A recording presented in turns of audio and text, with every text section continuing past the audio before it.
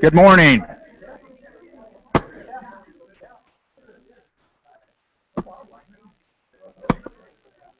Hi, Bill.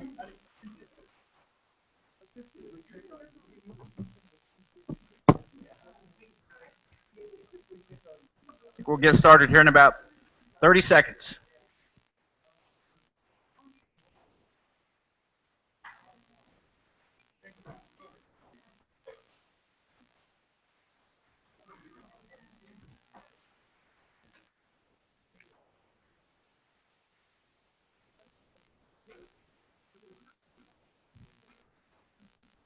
Mike, how are you? Good. Hopefully everybody picked up an agenda out on the table before you came in. If not, we'll get you one.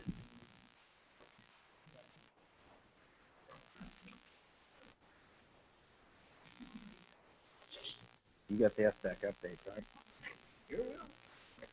Okay, we need to get started again. I'd like to welcome everybody to the last meeting of the 2013-14 school year. Got a good agenda set for you today, and we're going to start off with Dr. Cook. Good morning, Rick. We have several projects that I wanted to just bring up to speed so that y'all know where these are at as we get ready to move into the summer. As you know, we've been exploring a property and casualty insurance program, and where we're at, and I sent out a recent email that kind of brought everybody up to speed, but I want to mention it real quick. We're trying to put this together right the first time versus do it and restart and do it and restart. So what we're putting together right now is there's an opportunity for you as individual districts to get a quote, and so we need to have your information, contact information, that person in your district that the agent, the company could get a hold of and get data to make sure we get that quote correctly. Then throughout the rest of the year, next year, we're going to put together the consortium model where we can leverage the volume against the vendors, so to speak. And so we're going to put that together through the year. And no commitments, unless you like the quote you get, and then you can go from there. I know that EMC has dropped some districts, and we're just trying to figure out how to best serve those. And I know that KSB has an option, and so there's different options out there for you. We're trying to put together something that would mirror a lot of the other programs that we've put together where we use volume as the leverage point. I wanted, yeah, Mike.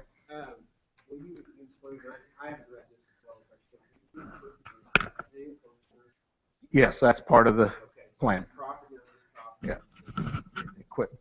Did you get the equipment too? Yep. That whole platform, all of it, liability, all the various things that we have. Yep, that's what we're hoping to see them come back with. But we do know that we need a little more time to do it right, and we had quite an ongoing conversation with the group we're working with. Research this next year, come up with a plan and work, and then roll it out the following year? Yeah. Okay. Yep. But right now there'll be an opportunity for individual districts to get a quote as an individual. So. When KSB dropped mine, right now we're in staff and EMC didn't drop us. Right. When he dropped by, he said, well, insurance company out of New Congress, they actually work close to us. Are you going to have any discussion with KSB? I guess we just go separately, have KSB do see where our local insurance. Yeah. I would just recommend you get several different looks.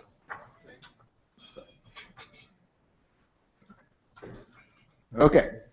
Don't hesitate to call me because we're still putting this thing together. I wanted to bring you up to speed on tech audits.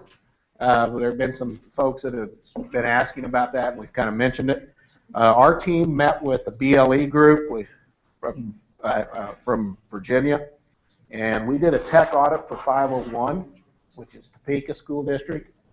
And our team was able to sit in on that, participate, not just as observers, but we actually helped gather the data and help do the presentation at the end. I saw Curtis, there he is. Curtis was there as the instructional integration person. Brian Rowling went for the first day until his wife called and said, I'm having a baby, come home. And so we sent him home. Got there 5 minutes. No work ethic. I know, no work ethic. Got there 5 minutes before the baby was born. So, and then I went up and watched the administrative side of it. We do believe The that baby or the tech audit? the tech audit. I do not get into the administrative side of that. Just curious. I kind of had a run-on sentence there for all you English people. Yes, I know. You know, just make sure you make Yeah, I know. transitions here, Mike, I know. that's all. Yeah, that's exactly what I got. So, after 5 of those at our house, I said, that's enough of You've had that. enough of that, okay. So- All right, just making sure. No, I was not. Anyway, that tech audit process, we have looked at it and thought about it a bunch, and we believe we can really bring that into a smaller district environment. And so if you're interested in that, we're looking for a guinea pig, if you will. So now, right now, we're in that follow-up phase with Topeka, and they've had a lot on their plate with the First Lady coming in and with their graduations and some other things going on. So we're still in that follow-up phase with them. One other thing I wanted to mention, E-rate. Some of you are getting calls from a group called feedkansaskids.com, and you've read about some of this in the Wichita paper, where they're making lunches and breakfast and all those meals free to every kid in the district, and you got some forms to fill out. One of the questions we had when they talked to all the service center directors was, how does this play into E-rate? Because you have to have the free and reduced lunch forms to get your eligibility percentage to get your E-rate. And they said there's some alternative ways to collect that information. So when we pushed and said, what are those alternative ways? Well, we're not sure. We're talking to Dale Dennis. So they got some follow-up, and we were talking to Dale Dennis, and what we found was your district can issue a survey. So, because basically what it says is, if you want to be, and you qualify for this opportunity, you don't have to have parents now fill out the free and reduced lunch forms. You don't have to collect those. So if you're not collecting them, how does that impact E-rate? If you don't have those forms, you have to do a survey. And that survey then, the number of those responses you get back, then helps determine your E-rate eligibility. What worries me about that, and I'm not trying to talk you out of it, but what worries me about that is we all know how surveys get returned and the percentages when it's not a mandatory deal. So as you go into that, think about your E-rate, because that was one area they weren't too sure they had put enough thought into when I talked to this group. If you want to see if your district's eligible for this program, you can go, and it's on the agenda, feedkansaskids.com. It has a list of all the districts who are eligible. So that's an update. Now I've told you more than anybody knew about it at the time of the conversation, and certainly more than I know about it. It really concerns me that they're trying to do the right thing for kids. They really are. It's a foundation. It's a good program. It just has these unanticipated consequences out here that we need to think through. Interlocal agreements on the board agenda this month coming up for the state board to approve. We had a little tweak there we had to make, and we made that, so it's through. The facility update, we want to bring you up to speed, but I wish we had something to communicate. I know there is a group of local investors that are coming together this week regarding this mall. I've heard that in the last 24 hours. And so I don't know if that's a promising thing or if it's just more talk. But we still have a year left on our lease here, and then there's probably going to be I would fully anticipate us being here, but I don't know what kind of renewal we'll make depending on where this whole thing plays out. Print Center, I know a lot of you print handbooks, newsletters for summer and all that stuff. Want to encourage you to let us know and help you with that. So if you have some massive print jobs that need done, Print Center's there to help you. And then I want to give the floor to Dr. John to bring us up to speed on what's going on at the state board. Just information behind the scenes. John has worked with the service centers to kind of keep us up to speed on the state board meetings throughout the last couple of years. So anyway, he travels around and Well, gives. good morning. It's nice to be back. I told Mike I have to come back to the scene of the crime once a year, whether I need to or not. I appreciate the opportunity to be here. One of the things I've tried to do in the 2 years that I've represented you at the board meetings is really to forge a more individual relationship with each of the board members. And the irony of this whole situation is that, in my opinion, the state board is functioning better than it has in years. And ironically, across the street, we have dysfunction at the highest degree that it's been in years. They're feeling a tremendous amount of pressure that many of the things that should be under the purview of the state board are being usurped by the legislature.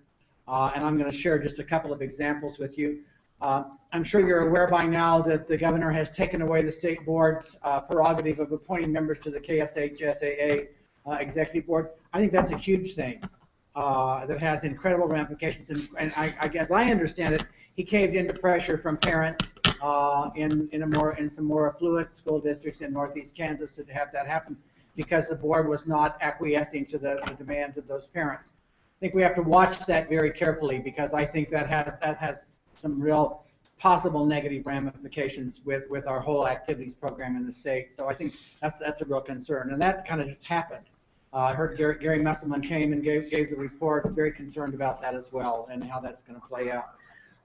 Secondly, I think you're aware, and I've tried to keep the directors and I hope through them to you, that the board has been working on some licensure changes, I think trying truly to eliminate some of the barriers. But at the same time, there's been parallel legislation that was passed by the legislature that is now being put on top of that that's impacting that entire process. So I'm not quite sure how that's all going to come out. Brad did a pretty good update on that at the last board meeting. You might want to go online and look at that presentation. I think he has a short PowerPoint that explains the significance of each of those major changes. Some of them I think you'll really like. The bottom line is, even with those licensure changes, you're the folks that hire the people. If they're not the best fit for your district, whether they have the license or not, don't hire them. So I think we've got to look at that as we go through. Randy Watson from McPherson and Bev Mortimer from Concordia have been before the board a couple of times. The whole Innovative Schools initiative, first of all, should never have been a legislative prerogative. Should have come via the state board if it were going to be that kind of prerogative. That being said, we must give Randy and Bev a lot of credit because they came to the board trying to figure out a way to collaborate, even though the legislature and the governor are not necessarily enough of that in the thing, to make sure that this is a win-win. I don't know where that's all going to go. The board's feeling very put upon, and a lot of that discussion that day was about the fact that they feel the need, they're charged with the governance of public education in our state, and they're feeling like that particular charge is being undermined on a number of levels. And I think if you're keeping up with things, you recognize that as well.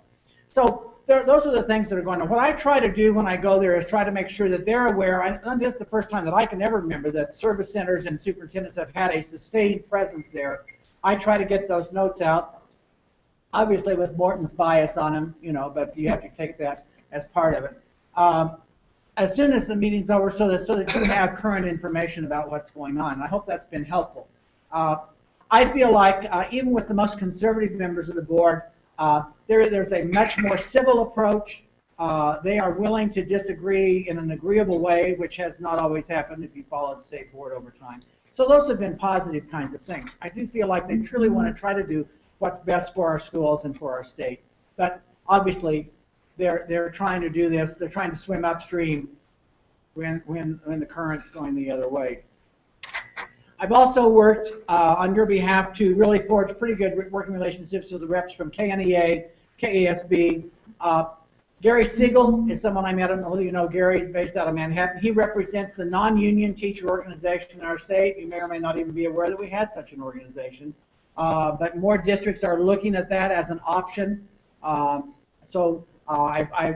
had lunch with him, talked with him. I had lunch with the executive director of the Kansas Press Association. I'm trying to make sure that I keep those kinds of avenues open for us as we go through.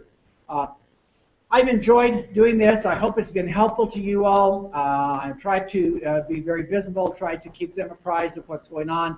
Hopefully I can continue to do that. I think we're going to have some challenging times ahead. If you have thoughts, ideas, things that you'd like to see me do while I'm up there, I must say that I really gave much more attention to the state board and really very little. I went to the one joint meeting of the two education committees, and I was depressed for a week afterwards. So I didn't go back because it didn't seem like it was going to serve any purpose. Hopefully those kinds of things will change as we go through. We've got to really look and look at those folks who are much more interested in the future of our state. I'm going to recommend a book to you, book that I've been reading. Someone at church suggested this to me. It's called The Polarized Mind, Why It's Killing Us and What We Can Do About It. The author is Kirk Schneider.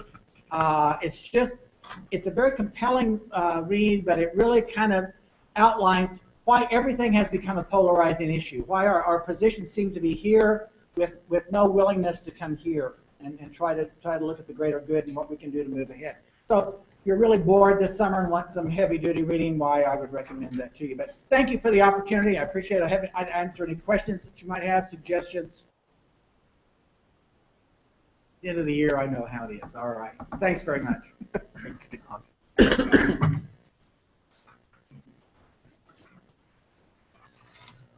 Next on the agenda, we have requests from two districts who would like to join ESSDACK.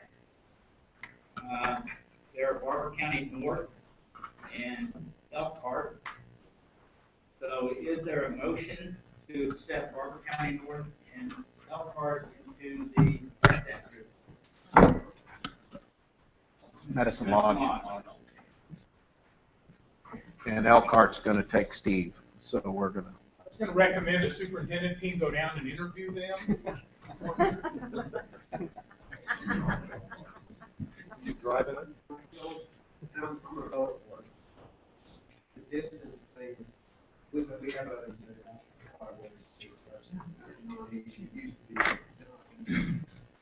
Yeah.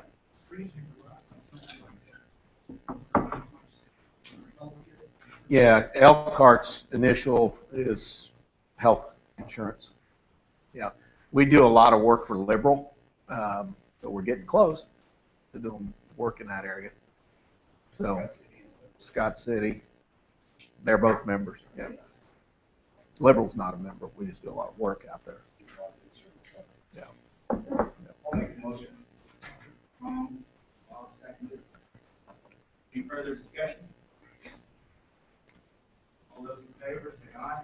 Aye. Opposed? Motion passed.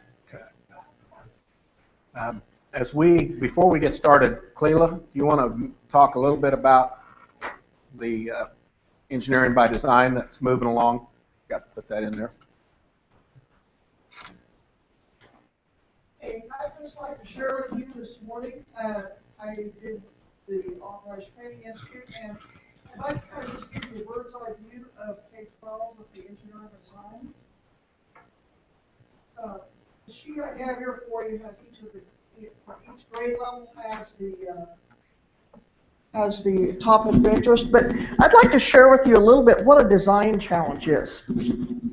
And one thing we did when I was back there, and we were given 3 sheets of paper, a paper clip, a 12-inch piece of string, a pair of scissors, and a spool of Scotch tape. And we were, before we did the building, they talked about some of the design principles.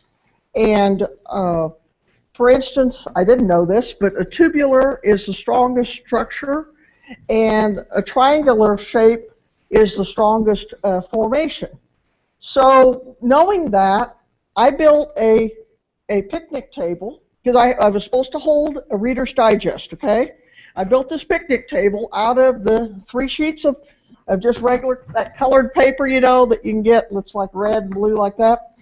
And we put 1 Reader's Digest on it, it held it. We put 2 on it, it held it. Put 3 on it, it held it. I held 4 Reader's Digests before it collapsed.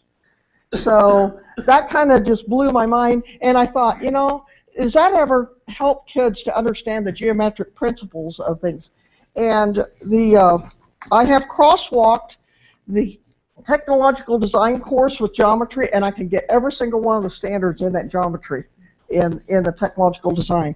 But I thought today I would just feature the K6 topics so you can start to see how the topics integrate that math, that science, and bring them together. And so 5 reasons why I'd really encourage you to start thinking about a STEM approach, whether you use Project Lead the Way, or whether you use Engineering Design, or whether you use a combination of the two. Maybe have Project Lead the Way at the high school and Engineering Design at the elementary.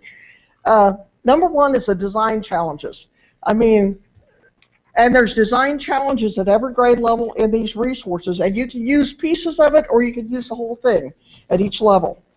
Number 2, it really connects the problem solving and critical thinking in a fun way. Number 3, and this one is probably the most important for me, it connects the where will I use this with what I'm learning. Kids want to know, where am I going to use this? How am I actually going to learn? Why do I need to know this? Number 4, the science, math, and technology are presented together in an integrated way. I think so many times we teach skills in such an isolated way that the kids don't really see how the pieces fit together. And number 5, it's a very affordable approach. 1 building is $1,450, and you get 2 training slots of that. 2 buildings is $2,900, and you get 4 training slots of that. Each building after that is $300 a piece, so to add on. So as you can see, it's a way that you can use as little or as much of it as you want to take and really help you start to integrate that STEM into what you're already doing. The sheet I've given you, I've given you the topics at each grade level. And if there's a star by it, that means Curtis and I are going to offer that professional development this fall to give you that support with that particular topic. We will eventually offer all of these, but year 1 is 3, 4, 5, 8, 9. Year 2 is going to be K through 2, as well as the other 2 high school courses that are the core classes. And if those of you that are looking at CTE funding, that Foundations of Technology, which is going to be our Perkins project for the Perkins group. I'll also have the non-Perkins class as well for Foundations of Technology. That's your introductory course. And then Technological Design is a technical level course that you can draw the funding, but as I said, I've got it crosswalked with geometry. And Jay and I have talked about how we can make that doable. And then at the State Department, and then Engineering Design is the application level. So, and the first semester of Engineering Design works beautiful with Algebra 2, of bringing those applications together. So, just thought I'd kind of give you a little, if you want any further information, but I know you can read, so this way you'll have a little bit of bird's eye view on each of the grade levels. Thank you. I want to tag on to that for just a second. I'm going to pass these around. You remember last month, Cleela talked about Autodesk is the design software that comes with Engineering by Design, starting with the little kids using it. Okay, so these objects were designed in Autodesk and printed on a 3D printer. I'll pass those around so you can look at them, but I got to show you the ones that are amazing. It literally printed a chain. And it's out in the office. I was going to try to get Cody to bring it in today to see, so you could see it, but he says, we got to go through the whole balancing process and everything if you do. This one, it printed a nut and a bolt. It printed them out. I'll pass that around. Tom, this is a comb. They had to explain to me what it was that it printed. I use mine too much. Pulled it all out. Hey, I'm with you. So look those over. It's fascinating stuff. But that's the world our kids are going to live in. And the engineering by design, we're going to start them early, getting that stuff and experimenting.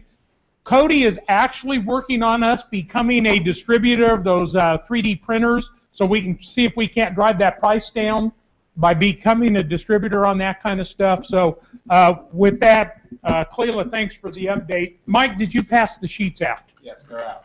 Okay. All of you should have a sheet, and I need one. No, this one. Activity for you today. Discussion that we want to have. Has everybody got a copy of this? Okay, Mike.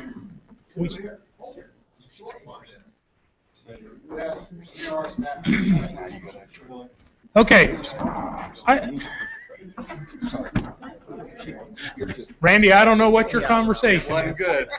It wasn't good. I could tell. We're going to take his name off pretty quick. It's usually Mike and Tom over here that are the kids you never let sit together in class. But, Randy, you're too close to Bill today. Okay. Don Ho. There's a line there, and I'm not going to say it publicly. Okay, let me tell you what you got here. I found your missing part.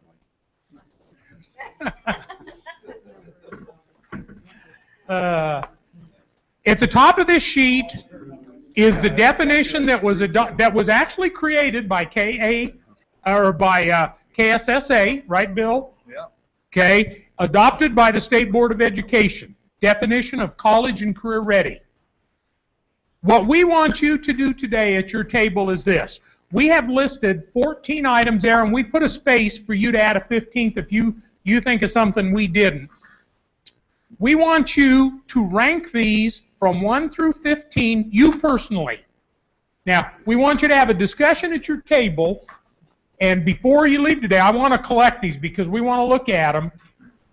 We want you to rank the best evidence that you could use that your schools are reaching that definition of college and career ready. We thought about it, but that's a challenge, Bill. What's this? Papers? Just a couple of these that you may not be aware of. On the first one, we said average ACT score for your school or ACT scores appropriate for each student's post-secondary aspirations with misspelled aspirations. It was the spell check's fault. Okay. CTE concentrators are those kids that get 3 credits in a pathway. The Gallup Student Poll is a free poll that measures engagement, hope, and well-being of your kids. Good free item on there. I think the National Student Clearinghouse tracks kids for 8 years on 4-year degrees, 2-year degrees, industry certifications, and military service. I think everything else, the Work Ready certificate is 3 Work Keys assessments that is recognized nationwide. So by career, they can tell you the score you need to get the Work Ready certificate in those areas. So rank those, have a discussion at your table, and then please rank those for us. And you don't need to put your name on it, but I really would like to collect them. We're going to be using this further down the road. So with that, we will report out in a little bit.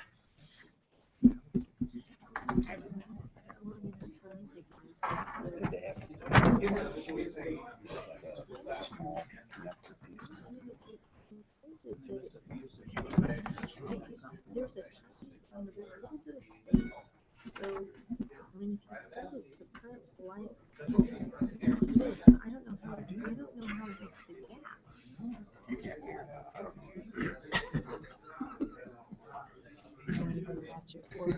I mean, it's only limited by the size of your I mean, you could print a house. Well, and they do. Really? Yeah, I've never seen it. It's the most historical countries. There's some guy who's come up with a gigantic printer, and it literally prints stuff of a building. And Yeah, you know and that. it just lays it up, and it's some big mechanism, and it has wheels, and it rolls back and forth. So now, right now, it's everything plastic. Everything being made with a plastic substance of some sort. Yes, yes. I Yeah, can't it imagine anything else. prints it with layers of plastic. But yeah, there's some, I read about it over probably 2 months ago. There's this gigantic printer, and it prints the walls of houses. Uh-huh, yeah, Got a question. literally on this. print a house out. We want to know how they did the links on the chain with no Would they gaps at fuse all. together at any point? It lays out and it just leaves a little space. It prints it, it looks like that. And it just leaves a little space in there. It's amazing. How long would it take to print? That one, 8 minutes. Ooh. And the That duct- one- This took 8 hours, but it's got all kinds of honeycomb stuff on the inside for structural support. You can remove that, but the drawing put it in. so I print my plastic gun, I set it prime, and then I melt it. I mean, this Yeah. is scary stuff. It is. We wouldn't have made it quite. I'm not planning to commit it. No, we understood. This was the one that was amazing to me. Yeah. It printed Because it's heads on it. That's amazing. plastic. Yeah, before you leave today, we'll start something printing Okay, now out. some of these are written positively, and for lack of a better term, and some are written kind of negative. Like What do you that. mean? Well, let's just say, welfare? graduates Well, on welfare, is that, no, that's not It's good. hard to phrase that positive. Yeah, okay.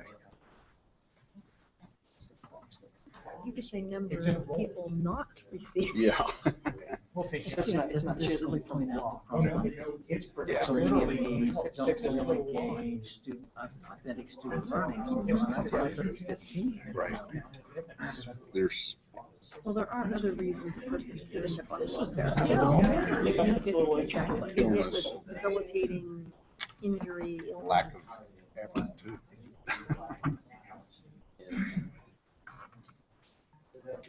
On the other hand, the real proof is, what do they do, what do they do when What they do do they it? do? Yes, sir.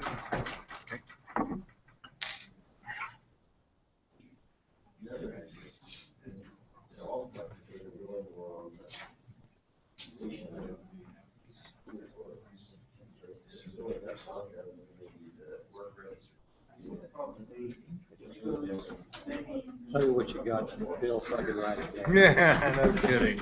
I don't know. Some of these are all right there bunched up. in the They middle. are, yeah. So there's, I added a 15th one down there. I think foundation of student reading is absolutely essential. That's what I talked about both you guys yesterday at the junior high. You did? You lie to them or did you tell them the What truth? all does the I had them galaxy vote on what hold, and they what's the makeup wanted of that? to I don't do. know I said, I enough wanna know about what it. you want to do. Then I went around the room and I, person to do that one. I think so. They gave part of their I mean, work. I know ready. it has quite a Spin. bit in You know, I it. just went There's a around lot the of room, kind of told more attitude discussion. and- I think, I got a I sense just- about. I'm What do you embarrassed think to say they're I gonna don't want know They about would have about it. They've worked on some things, but I think they just, once they figured it out. Well, they're gonna figure it out and tell them they're gonna join the league. Well, I know. And, but I've got the constitutional changes that they worked on. They worked on some scheduling stuff, the tournament. A little bit disagreeing with Steve. If we do this, I'm not opposed to a joint tournament. I think we should do that. I think If we set up here on sides for a tournament, let's develop a tournament, and everybody comes in at their level, 1 and 1 play, 2 and 2, that's a whole different deal, it's whatever. I don't know, they work. 2.5 hours? Do we think, yes, and go for all this, if it's split the league? I think, Oh, I think we talked about, I talked to her about it, I said, here's the deal, I said, there's a pier on Hillsborough on one side, and they're getting some. are they? I didn't. Oh, they're junior high. They were telling me their junior high is the same size as. Really? Wow. And Peabody's lost 100 kids. Are they And is that what's happening? They're depopulating that area for right now? That's why Mary, Mary came to this late weekend, they just come in and dominate, they couldn't dominate. Because, they were in the Chocolate Valley, dominate everything. But I've got to go see some stuff I'm able to send out. Okay. I don't know, they're kind of like.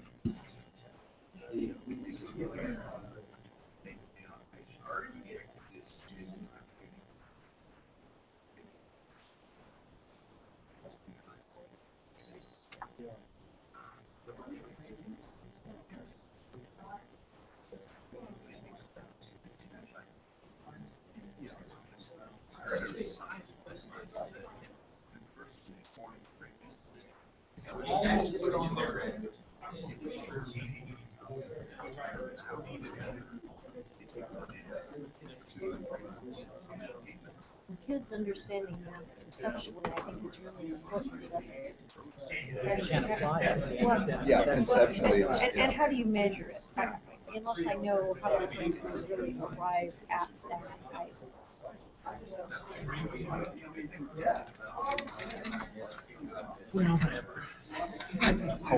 I bet you, and I don't want to compare because I think we can be so far different. Great minds at this table. My things is a lot. Well, like We agree on the first one. That's my prototype, whatever they call it. Plan. well, and GPA. That's what I put as number one also. See, great minds. Let's quit right there. See, It's and me, you I have put no faith. GPA really low too. GPA is garbage. Yeah, it is. So there's no real plan, even yet. Tell our board they had something that they were. And there's some schools, my friends who had a grandson that he was not allowed to be valedictorian in his high school, even though he had 4.0 because his courses, in their estimation, were not as challenging. That's as Lions. those tables. I fought that ever since I got there in the mid-90s. Then don't have it. They have a core curriculum, non-core, and you have to beat the val by taking core. Of course, art and music. That's not the interest of It's the not kid. in there. I know. See, this kid didn't take an AP class and took orchestra until he didn't. And you tell me that playing a string instrument is a difficult thing? Well, and then you have they do or they don't, they don't quite like that, but you get the, well, I'm not going to take that. We're the last one. Well, there is that. Save the best for last. Oh, thank you for saying it that way. We all agreed on number one without any discussion. National Student Clearinghouse. Oh. For us. I'll give it to you. Maybe. Your hand in mine.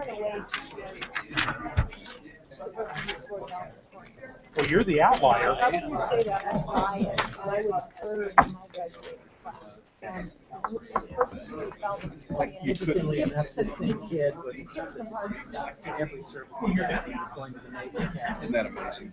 Hello. But we don't recognize intelligence in anything but math, sciences, and like EL. No, Charles, that's interpreted that whole thing. Yes. It simply put all that Right. to the No side. doubt. Music was a huge motivator for me when I was in Yeah. school, and I retained that interest, and I think it helped me in other areas. You probably couldn't measure, but It's math. Music is all it is. It's formulas.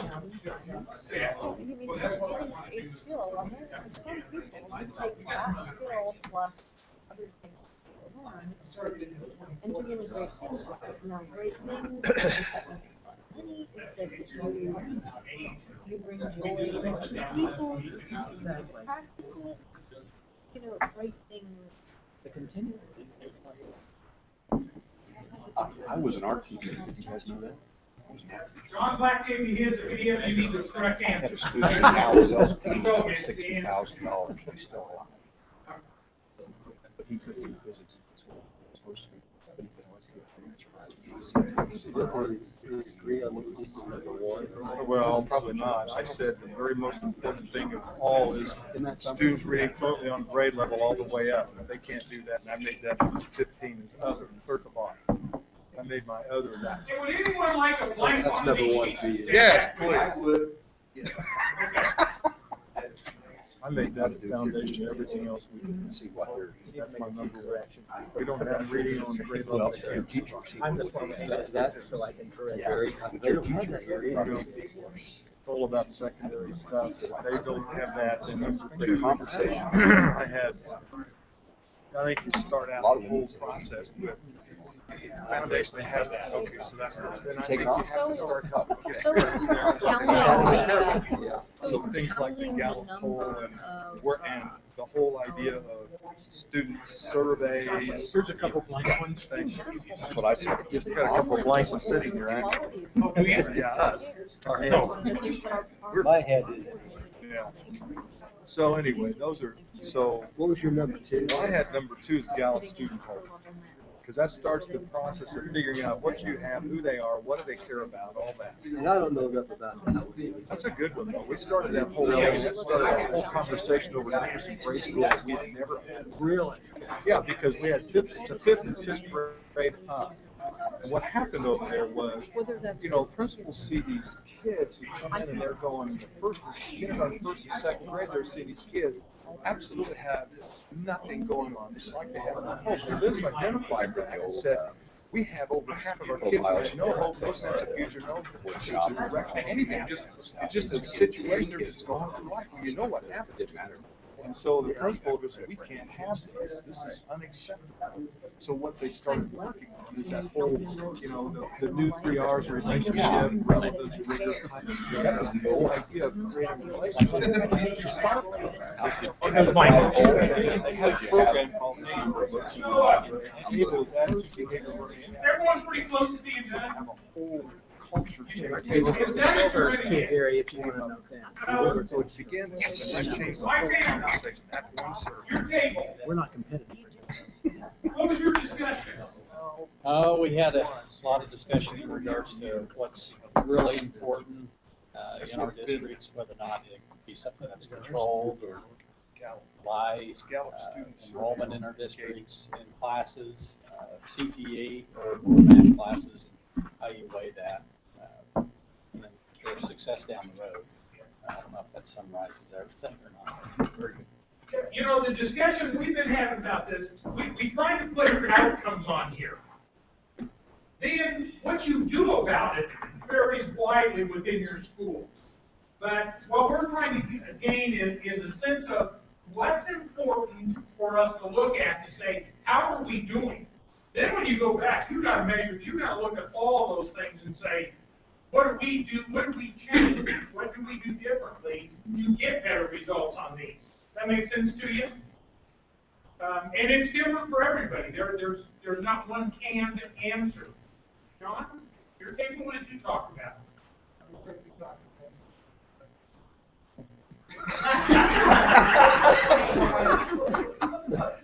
That's okay. Well, that's a work ready certificate, right? Is that what you're saying first? Yeah, it really is appropriate. Josh, Joel, Randy? Soft skills. Major those pieces. At least at high school. Big discussion about that around our office. We did this last week with our staff. We don't really have a good measure. Show you 2 things, but Shelley, you said that there was the 3D printer stuff was kind of scary. How many of you saw this morning on the news? Google released their driverless car. No steering wheel, no pedals. Released it this morning.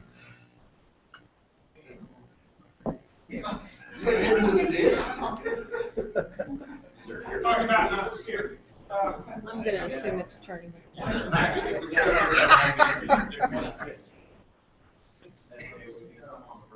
I think that car would be better The scariest thing is I'm his airbag. He said it's hot airbag. I wasn't offended.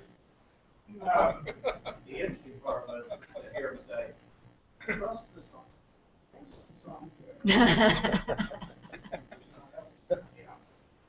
The scary thing, that's the world our kids are going to live in.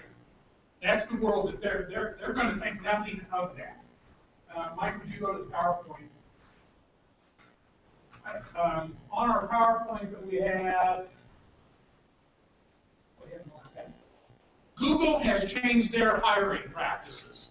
This is their hire. Now you understand, Google used to hire nothing but PhDs. And now their numbers are swelling constantly with people that aren't PhDs. That's their hiring criteria.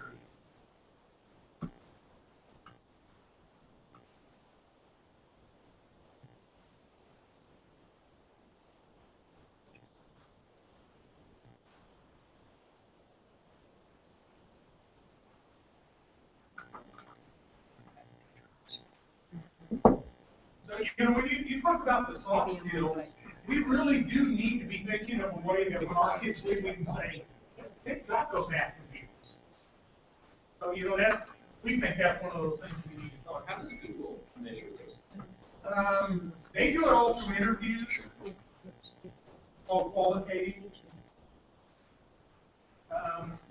Mike and I were talking a little bit. He read a book that I had read, and I found a survey on grit, just that self-directed and stick-to-itiveness that we're kind of looking at, and we may roll that out to you. It's a free survey. We may look at that as a piece of evidence that's important for our kids to have. So I'll bring that back to you. I just got downloaded it yesterday, as a matter of fact. Bill, what did you guys talk about? Well, we started by trying to figure out how the hell we're going to make this thing really work right.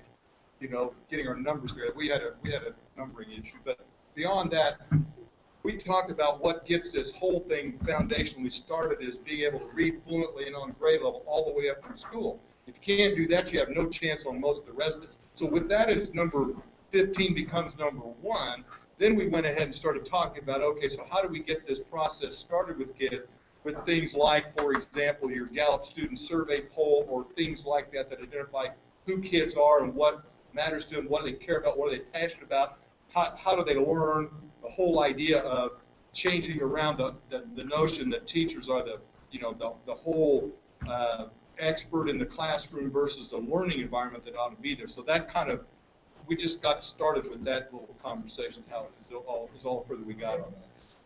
This was very difficult kind of make these things. How many of you had a conversation? There's not one right answer. Right.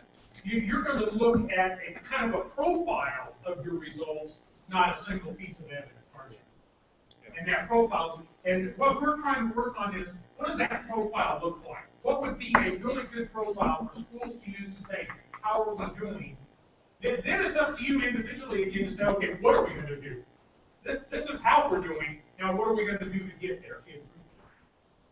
Carl, Bill, what did you talk about? Well, we took the opposite approach to that, and we're kind of a chicken and egg discussion there, but as part of measuring how effective schools are in getting kids college and career ready, we're in the backside and taking, we don't even know anything about the National Student Clearinghouse except for what it told us. To us, that's you can't get a better measure than that of how effective schools are. So, the one piece of data that you don't get from the National Student Clearinghouse, in my opinion, a kid that leaves and is gainfully employed right out of high school. We have some of those. Now, that's not a huge number, but we don't get any indicator of that. We need something for that. Well, then we went just the opposite on third grade reading score because even though that is extremely important to continued success, there are also a lot of kids that develop later through remedial programs or whatever. But there are also a lot of idiot geniuses out there that are non-successful after school, terribly successful at school. We used to describe those kids as they're book smart, but they have no common sense.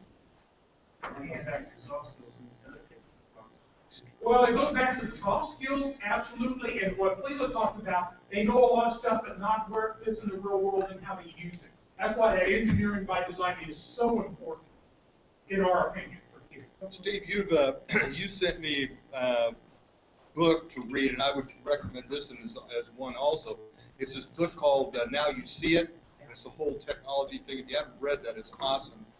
It gets to your point about why we have this disconnect in our instruction, how we go about this. And the project that this professor did at Duke University back in the early 2000s is just phenomenal. To your point, when you come back to the whole idea of how kids learn today and what happens to them, what they can do with that learning versus what we don't even think about. We don't even think that. And I don't know if any of you do bug studies with your leadership. Hey, by the way, I'll email you this PowerPoint if you want it. I'll just have Mike send it out so you have it. That the book is Now You See It, and Kathy Davidson is the author. Really good. Yeah. She looks at what's happening to our kids' brains because of the way the digital world that they live in, and what does that mean to schools? What do they need? What does it mean in the workplace? Really good book. Mike, your conversation at your table. I think it is. Yeah, we disagree. You agree to disagree? Yeah. You're still focused on that column. I think good guys thought he was a third grade reader. And I look at it a little different. I was the finished product. And that is those schools influence how you do it in high school. This is going to show you. So it was a good discussion, and I would agree with this important. Okay. I think one of the dangers of what we're doing here too, though, is it's still basically giving us a very narrow focus of what success is versus a wider angle view of what there are all kinds of different definitions of success. We tend to focus in on just. Yeah, and Randy, the reason we do that is our State Board of Education this year said, we are going to get kids college and career ready. Well, then, what are the measures that we know we have to do that? I agree completely, there's more to it, but that's the one we're going to be held accountable. That's the accreditation goal. But we're also asking us to come up with measurable outcomes, so we can show that kids are improving. And I think that's where you can take pieces of this and put that together, but we don't have anything that looks like that. Because we're all putting down our state assessments or our local assessments and all those things. Yeah. And when we're having conversations around local board tables, board members, those lay board members, they really are in tune with this broader focus, and a lot less in tune with this state board focus. Yeah. Well, River, original QTA, this was before my time as administrator, but there were 1 year and 6 year letters. What a better indicator than the 6 year letter? Found out because how many of you guys had a kid that was pain in the butt of the principal every day of his high school career, didn't go to college, but went out there into the oil field or somewhere, became a manager, makes more money than he was getting. And as an assistant principal, the last thing I wanted was a kid that was creating and innovating. They made my life miserable. They get along pretty well on board.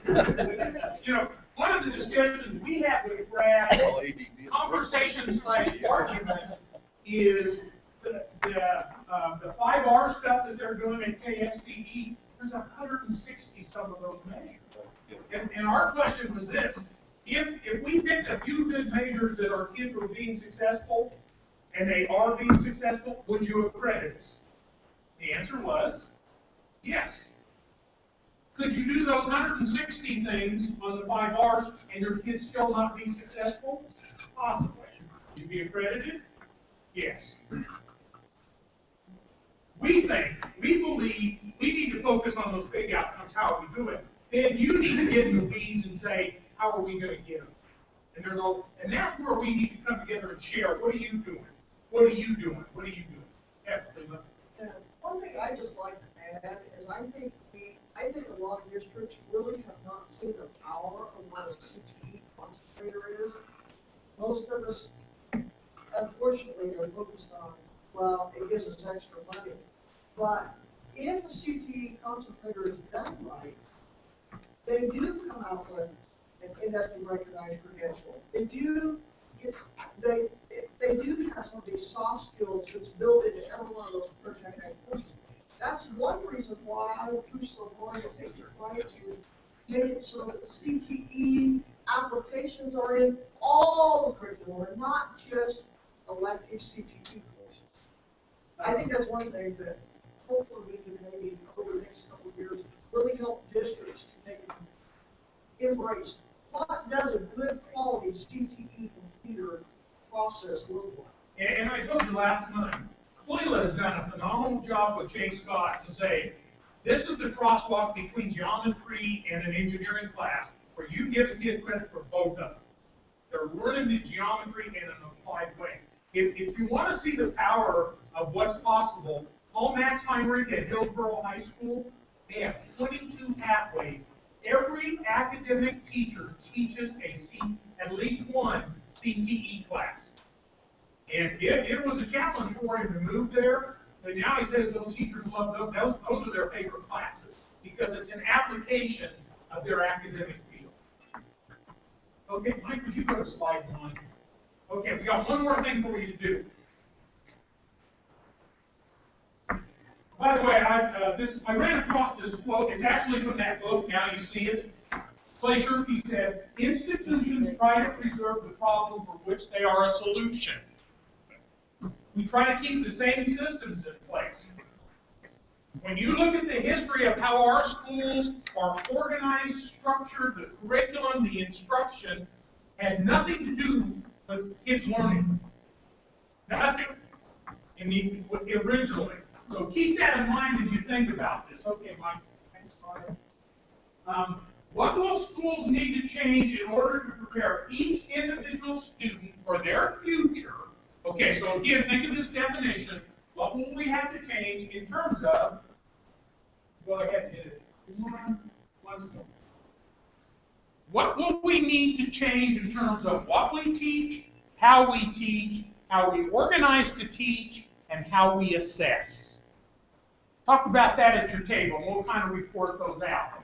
What will have to change in regard to those 4 areas?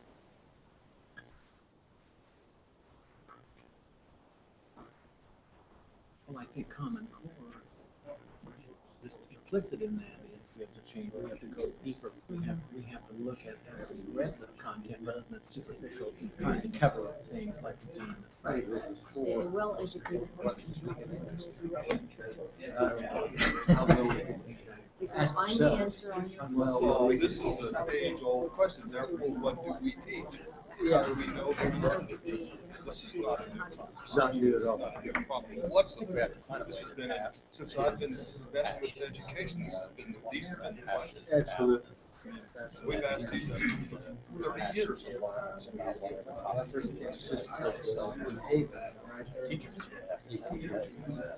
And they come to school much more technologically savvy than most of our educators. So why do we squelch that? Why do we not capitalize what we are? But I mean, that, to me, that's the technology just unleashing the teacher knowledge to expand one of the big mistakes I think we made is we didn't come up with a state version of kids to learn so that every district will have access to. Well, the one thing that I think we ignore is what we're what we talk about a lot is how we we're part of that med system. The problem is, it's not how kids learn, it's not what we do, it's not how they take in information, it's not how they grow by gosh, there's technology. I mean, say what you want, it's almost rather than the sage on the stage. Yeah, that's just what I was going to say. The sage on the stage, the teacher being one with all the technology has changed everything, how kids look at the world.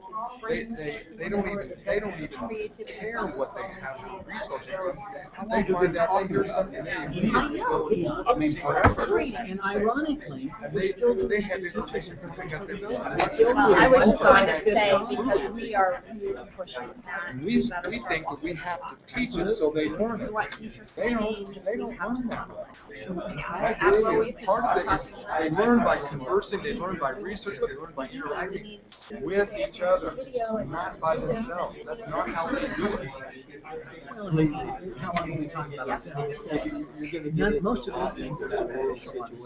They don't truly assess how kids But yet, the number 3 there, how we're organized to teach is screwing up everything. How do we organize to teach? We can't even get to that because the way we're organized to do this stuff.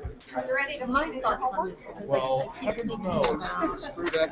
I know it's an out. those kids that don't learn well. There's no name on it, so you don't know who we are anyway. So that's the first. I don't have an answer. There's lots of things I'd like to see us do and how we're our spaces configured. Well, it's very difficult to trying to move around or our buildings are. I don't know. There's just so many things that we could do differently. I guess we just have to. It's going to take a while. It's one thing at a time. Well, you have to let kids learn and let them share their learning. I think there are things that you can do, but how we teach and what we teach are almost obsolete. It really is. Kids don't walk down to the top. If you turn them loose, you'd be amazed. Yeah. You'd be amazed what they can do. I see it. Yeah. Oh, they know. 3 years old. But why don't we send our geography Everybody kids gets to the taught wood shop has a story just like so they can touch? everybody has a story about It was our that. The other story they But have the wood shop is a teacher story about how bored they were in school. doesn't see themselves as that powerful. And I had yet to talk to somebody who couldn't either, didn't have any academic or they were close to somebody that had recently learned that. Everybody has that story. And yet, I don't know, we have a hard time doing something. My son fits into what you Yeah. just said, my oldest son. Absolutely. He didn't do anything in school, nothing cognitive, nothing. And he's moving I down. think we have to educate our parents on that. And we That's a model absolutely that send we're them down a going to path that they really our don't have. parents got scared. Yeah, and he has no That's chance. not the way they Because his students are smart as what they call them, and kids, but he just didn't learn who are to Typically how he very did. conservative folks. Exactly right. It's a class. Yeah. That's why they're in Everybody has those education. stories. Oh, So what do we do about it? And that's the thing that, you know, if there's anything left in this education life for me, it's going to be To me, addressing. we talk about every student ought to have that individual education, and they ought to monitor it. They ought to be charged. We've got to get our people off this idea that the only thing that matters is what our test score is. yeah, oh, I know. You see what Oklahoma just did? They rescinded before the legislature last thing, our tried to throw out the Common Core. Okay, so, and we're going to go back to standard they had prior, which is a no child left behind standard, Yeah. which are focused on what? Reading and math scores? They Yeah, came what's in, cool. she said, okay, well, this It's is got whatever. to be so much Pulls more. up her little How would they? iPad on the And yet, screen, if anybody putting all gets these it in graphs career and tech how ed hard world, work they is do. occurring, I and mean, then this is the the thing that stupid part of this. They have the best tech ed centers that you can have. how Some she of the rated best. herself in life. And yet they're And right then back the to that. teacher I said, just okay, I'll don't go over now. understand. She shares That's his a full and they were completely different. And it created multiple Yeah, literally. and I thought if we did that every single year, I'm trying to move forward. and our kids were that directed as far as taking control of their own learning and reporting how they were doing. They can't be by their senior year. I do. Drop out. Most kids drop out. They don't do what they want to do.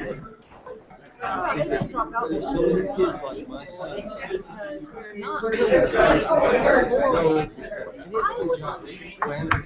I don't want to sit. With the system in place.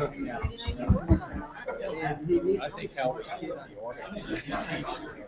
School was not for him the way we were doing it. Not the way we do it. Right. His learning wasn't the problem, but the school was the problem. Well, yeah, exactly.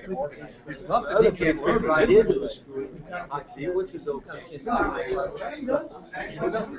be threatened. Just they have serving all kids. I think for me, that to your point, that point you just made, We also need to start honoring how I kids that said like to work. because it's put in my brain. Well, right now, we It's don't not have all kids science, get each ELL, kid. Change that language to Because look they're at smart it kids for and each math kid and learning. science. Now that's These hard. kids in the Very hard. Because we think we have to do it. We think we have to. We don't celebrate that. No, we need to facilitate. We say that it's on, I guess. Give them, And my kid would thrive Based upon our Yeah. definition of success. So, That's what we think is smart. that to me is, We talked about it. So then, so let's move to that. How do we assess that? How do we know if we're successful? It shows orchestra. I don't think it knows what the kids how everybody wants an answer. So that kind of archaic Let me thinking. give you that's unbelievable. Well, Yeah, how we yeah, organize, yeah. even though we know summer learning loss is huge, we run I've learned that so very deep. So there's another Percent of the kids. Everybody has. And Those they stories, need to be you talk to invested in people, something they all like have that. those stories, and it'll be a little version There could be different. But I promise you, for the last probably 7 or 8 years, since I went to KSD and started, talking with people and Steve and a lot of other people, that conversation has never been different. But it also It continues to be a we don't see everybody had some success, whatever success in school. We're the experts, listen. They ended up in the workplace, finally figuring it out in different ways. And those same kind of stuff. Can we do everything the same? Well, you know, and how we assess Make sure you're at level 7, where we want you. That's where we want. What was your conversation? Tell us the appropriate. importance of soft skills. Yeah, we got off on our governor and the importance of soft skills and being able to be a man of character, and, you know, it just kind of went all over. So you were basically off task. It all started about what we teach, and we started talking about history and the importance of learning every day in the world, or understanding what caused us to make those mistakes, so we don't come back to history always repeats itself, and then we got into Sam Brown. So half the time we were ADHD, the other half were on task. It wasn't about teaching, it's about raising good citizens and government. And what the example he gives us is something like this. Okay. Bill? Yeah, I'm working around the room. Yes. Rick and Bill, what were you talking about? Well, kind of the end of our conversation, I guess, was meeting the needs of all students. And I laid out the example there that I had 3 students, kids who fit real well into the school systems that we have now and how we're doing things. And one didn't fit at all. He did not learn the same way that the others could. He didn't have a very successful public school experience. Well, the other 3 kids had a great experience. You know, they towed the line and they learned and got their grades. The other one didn't care less. But as they got out of school, those 3 all went to college and were doing fine. And he got into something else, aeronautics basically, and is doing is just as successful as anybody else. But he did not fit in with school at all. You would not call him successful in school. He was my oldest. We also talked about maybe that language up there's problematic because what we teach, how we organize to teach, we ought to switch that to say what we expect kids to learn, how they learn, and how we organize their learning. Those are some of the problems that we are stuck with, and never mind how we assess. What does the assessment look like? Who cares, really? Mike, would you hit the space bar 4 times? We kind of think that this might be getting at what you were saying. Well, you know, I think you're And we're right. still arguing about the wording. Well, but we've had this age-old problem for years. What, therefore, do we teach? Yeah. What is important for kids to learn? In our discussion with our staff, the phrase customized and individualized, future-focused, those kinds of discussions emerged with our staff. That's a really different leadership issue, isn't it? Than just saying, how are we going to raise history scores? How are we going to raise math scores? Tremendously different conversation. Randy, what did you guys talk about? We start by kind of diving in on how we teach. And, talk about one thing that might really help is to abandon the batch mentality, teaching in batches. These guys call it the cattle feeding mentality. Throw it in the trough and they all walk up and they get what they get. And then we kind of just delve off at, what are the entertainment consequences, what are the obstacles? Yeah. Sports, we talk about how sports are a big problem, possibly divide off into the system like your past for their sports clubs versus the schools. Did you talk then about how we organize that influences that? We talked a little bit about, maybe changing the staffing models, where now we have one teacher, 25 kids, Josh mentioned, going to more of a blended approach to teaching, using more technologies, a lot more individualization, customization. Yeah. John? I think I got hung up appropriately on one of the previous slides in the institution's statement.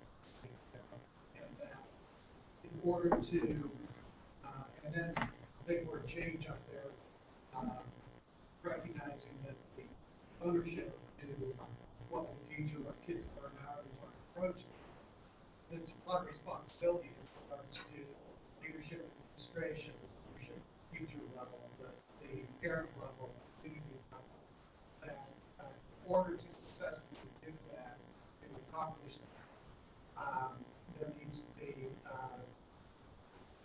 unity of those particular groups, at least understanding and wanting to accomplish that objective, or else just get worn out and go back to, I think, the institution we all work. That is really the challenge for the people in this room, isn't it? Big challenge. It is a really different leadership challenge than we've ever faced. Really different. And I don't know about you, but in my leadership training, I didn't get those skills. We didn't even talk about it. John, Gary, Mike, Joe?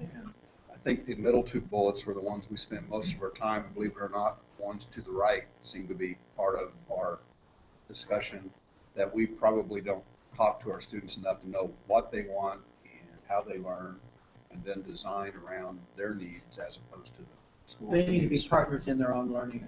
Yeah. Yeah, absolutely. And it's about their future, not what we think they ought to know. Yeah. You understand that we all pretty much ignored. Yeah. And when we phrase this, how do we know kids have what they need? That's a really different mentality than a standardized test, isn't it? Well, it comes back to the whole notion that regardless of how innovative we'd like to be, in that book I referenced earlier, this Professor Duke had this very innovative program, and she got the worst criticism of all from her A+ students. And it was because she had to give them a grade, an A, B, C, D, or F. And so she resorted back to the old, what we might consider assessments to show what they supposedly learned in this creative program. And the kids pushed back and said, this is wrong. Yeah, you shouldn't grade That's it like 20th this. century grading, not 21st century, what you did here. Well, and I kind of said, when we assess, it's always, this is how I have decided to measure what you learn. We never ask the kids and say, okay, think creatively and tell us, how do you want to demonstrate that you have learned these things to me? And wow, the power that would be there if we would allow our kids to do that. We don't even do that most of the time even for our gifted kids. And what a short change, that is for them, but for all kids. Yeah, but that is impacted by how we organize. What we teach and how we teach impacts that too. They're all interrelated.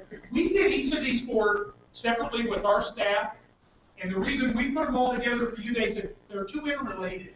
You can't break them apart into four different questions. You've got to deal with the totality of the space work. Okay? I gave you another copy of the cognitive processes.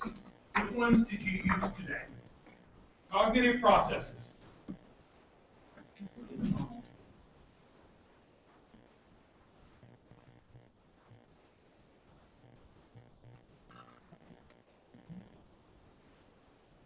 Not just about having memorized. We're giving them to you every month for the whole year. Which ones did you use, Dean?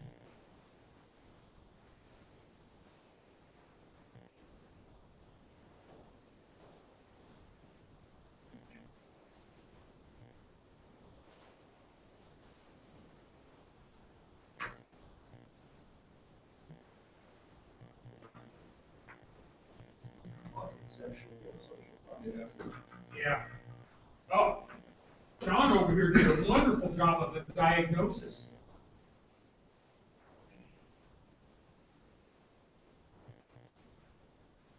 You know, we keep coming back to these are the things that go on inside kids' heads that make them smarter when they practice these things. Since we become really aware of this, this is what I've noticed. We do most of these for the kids. We don't give them time to do them and practice them. We're not very good, we, and I mean all of us, are not very good at asking questions that elicit this thinking. And you start when they're really little doing that. More and more, because, you know, we showed you that Google card. There's no way you're going to predict the jobs your kids are going to have. There is absolutely no way. But I can predict that the ones that do these 12 things will get along a lot better whatever their job is. Okay, next slide, Mike. What was your energy level around this? Back to this one. What was your energy level around this discussion? Were you a victim? Were you in conflict? Are you just compliant? Or do you see it as an opportunity? Where are you at on that? This conversation? Oh, I was at least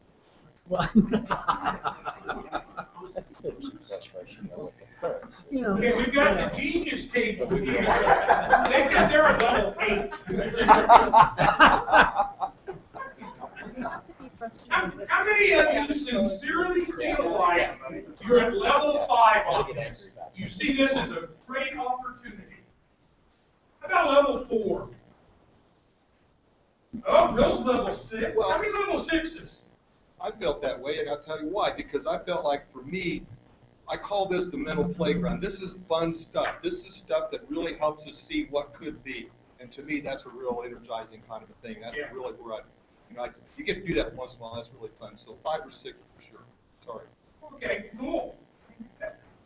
This is really important that you monitor your own energy. It becomes really easy to slip into victim mentality. They just keep doing these things to us. It's really easy. Go ahead. See, Tamara made a really good point, because we do some of these very same things to our teachers in terms of professional development. We don't walk the talk and create the same kinds of learning situations for our teachers that we want for our kids. So we've got to change that dynamic as well as we go through that. She did a great job of bringing that up. Yeah. And I was sharing that's a huge focus of our professional learning team, is walking the talk. That if we want teachers to utilize those cognitive processes, we have to facilitate the learning so they do utilize the cognitive processes and how high.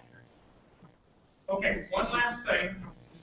At your table, what needs to happen next? Where do we need to go next? What's the next thing we need to do? This is not the big picture. This is what do we need to do? What do you need to do? What do we need to help you? What do we need to do to help you? What do you need to do? Go ahead and talk about that for a minute.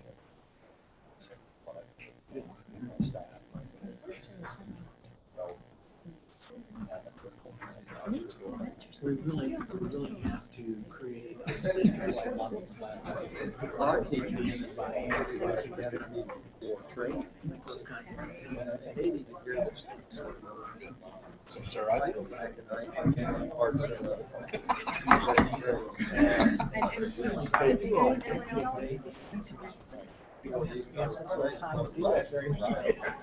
we also have a place that will address these address this. Are we really getting to the kids? How many kids do you get in the classroom? Go deeper than that. Move yourself up on this level. How can we move ourselves? I think there's so many. It's almost something that you can actually see well. Yeah, I of course agree that it can be a very daunting thing. I think that each person, and this starts with your leadership. I mean, that's just a simple fact. It starts with your leadership. You very simple things. What are your own coping strategies? What are your own rules? For me, I refuse to let somebody else screw up my goals. That's just kind of how I start the day. I'm not allowing you to screw up my good day, period. You're much better than that. Well, I don't know that I am. I'm not successful all the time, but I'm just saying that's the part tell us what you know that you start this day with, or at least you try to, I think. And it may happen on the way to work. It could be a phone call, transportation. I mean, there's 100 things that go on. But regardless, it's stressful. One of those things that you be able to say, I find I start with that. Now, it's not always successful. I mean, that's just be the first to admit that. However, you can have those things, you don't have to stay. Somebody's dragging you down here, whatever happens, I don't have to stay there. So, again, so then you point those things out to your administrator, have that, have whatever you have, and you start that conversation. And for me, to have things like these that really help. Yeah. Or we can help. The problem is you can't do everything. So you find out people It just becomes one thing. yeah. You build all but pretty soon it picks up.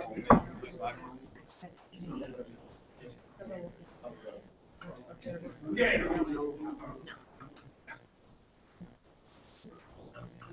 Mike is having my God. We're back on politics. I've got to get off of politics. That's great. Get down to one or two right now. What needs to happen next? What do we got to do next? You got to get the hell back. Real take it. We got your back. Things are changing. And as we move down the road, it's not going to be just, from college, I think,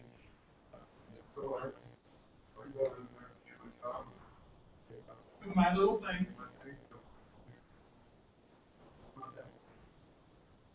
You have to be part of the staff, everybody has to focus on moving a whole ship. Really different leadership role for your principals too, isn't it? Much different. Anything else at this stage?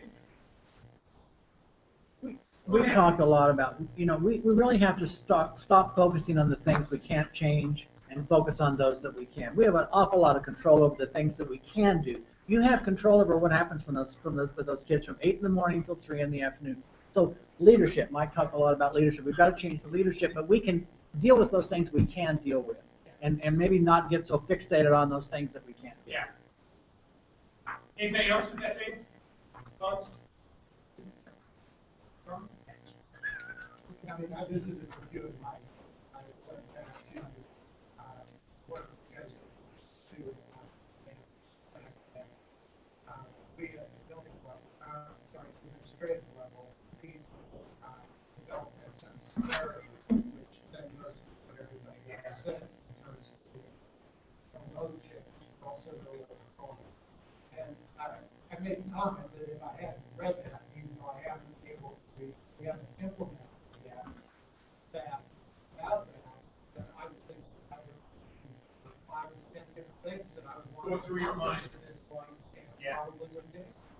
We love the advantage of that approach to what we're doing because it does create clarity about where we at. But one of the things that he talks about in that book is pick the one thing that you're going to work on now. One thing. And we actually did this with you a couple months ago. We said, if you could go out a year and look back, what's the one thing you could do that would make the greatest difference? That's one of the strategies for saying, what's that one thing going to be that we're going to work on? Let's tackle that. Now, it doesn't mean you're not doing other stuff, but that's the one focus across your whole district.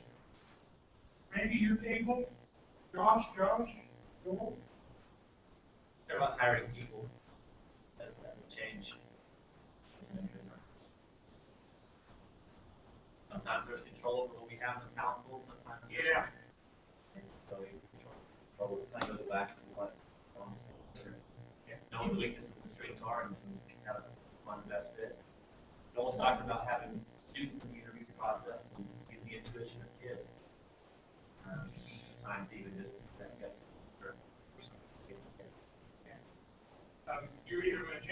teachers or change teachers. The problem is you don't always have a pool to do much of the change. Bill, what did you guess? What do we need to do? Well, we talked about what is the next thing to do. How do you move, kind of back to their question, how do you move this ship? Is there an agreement that we need to change some things? If so, what? And how do we facilitate that discussion? Well, you start with yourself and say, okay, I believe that this is what needs to happen. And you have that conversation with your leadership group. And then you begin to affect things and you figure out, kind of to your point, here's the one thing that we really need to make sure we do well, focus on, and change. For the buck. Right. So, and then refuse to let somebody screw up your day no matter what. Choose your energy. That's exactly my point. That is my point. You can choose to be a victim, or you can choose to see it as an opportunity. It's up to you. Mike, what rampage did you get on this side? How do you really feel? The poor governor's ears have just got to be burning. You started out. I'm just start with you. I think we need to give our staff more time, conference. Talk about that venue, give them something like that, and say, okay, you got 2 hours. Maybe in August, you say, where are you? That's where it starts. Yeah. Yeah. Feel free to use that. Mike's going to send the PowerPoint out there so you'll have it. Quick break.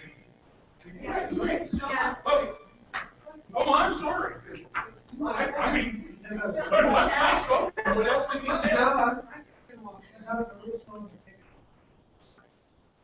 say? Okay. Yeah.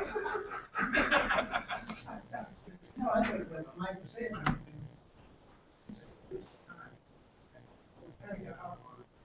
Things like negotiated agreements, historically, things not all about rights. But turn it around, the opportunity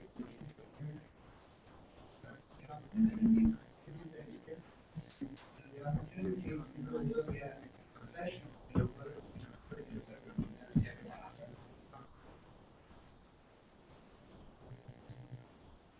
I want to show you one more thing. I mentioned this is one of those be aware of it. This is like the Google Glass that we showed you a couple months ago. Don't do anything right now, but be aware.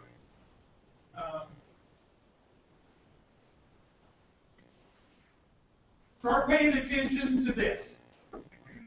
Yeah.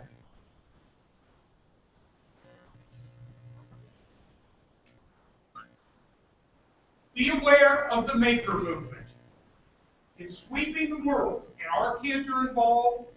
Many of you are involved, and it's a whole idea of make something.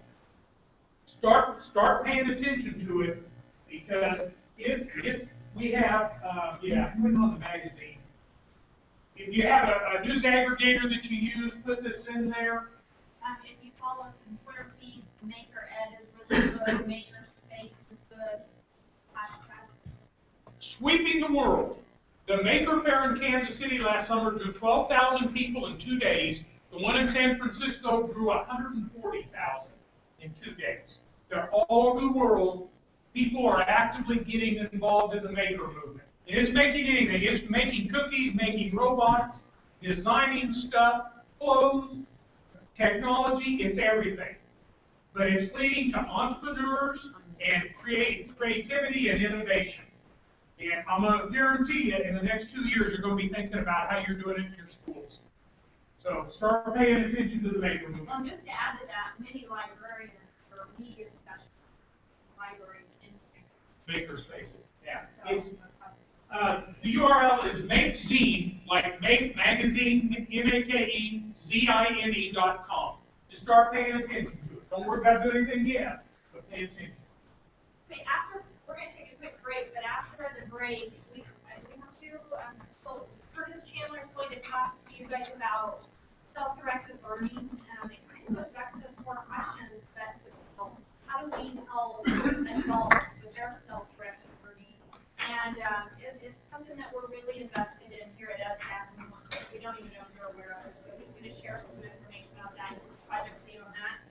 Project lead on the Leadership Summit is Marcy Sharon. So she's going to share a brief update about our Leadership Summit. And several of you mentioned during the debrief about leaders and having time together to really talk about why we exist.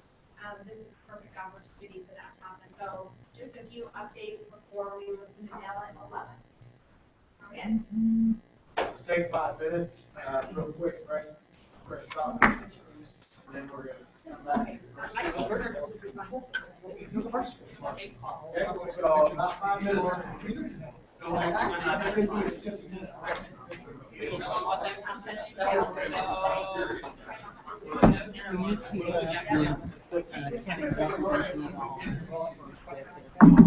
Yes, in fact, I just thought that.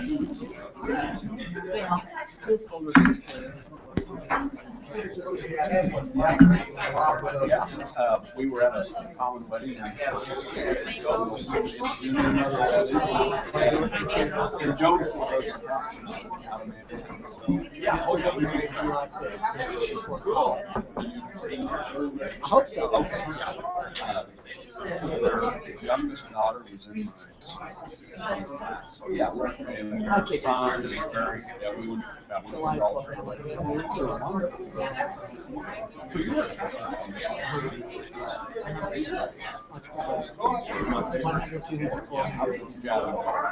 when they were 120. Yeah,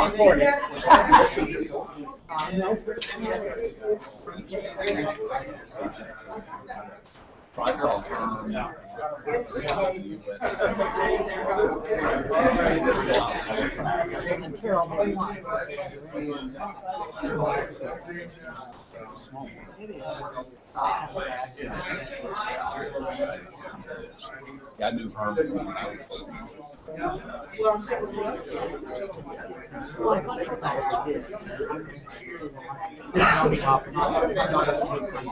Oh, okay. Yeah, yeah. Our younger son does a job.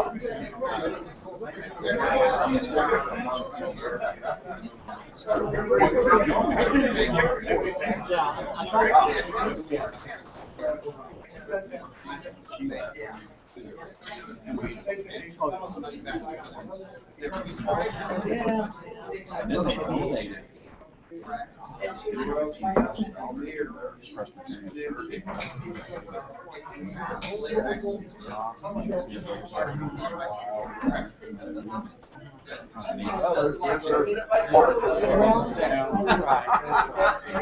They're wonderful. Yeah, and their children are great. Yeah, we had a nice talk a couple weeks ago. It's nice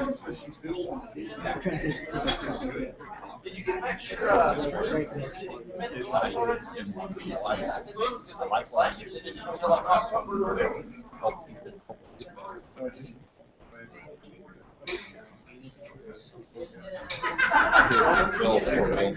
Doesn't she have a shirt?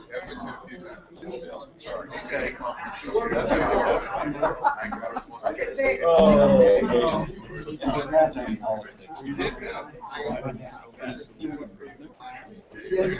That's my solution. That's my solution. Bulletproof glass. I can't say I've ever mistreated my kids. We need to define it. School kids.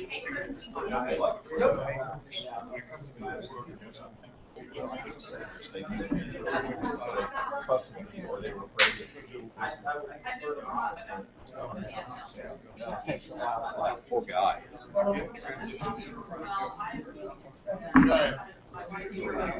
Did you know that? Yeah. Well, I just met her.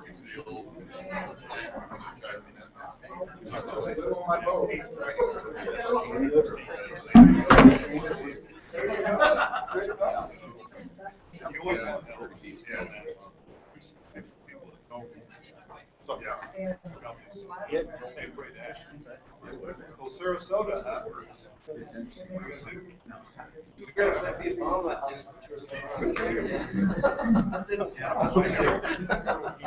Maybe you don't need to.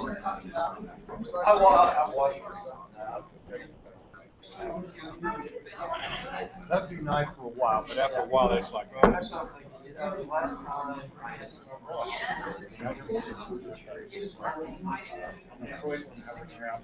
My district, like, Well, Ron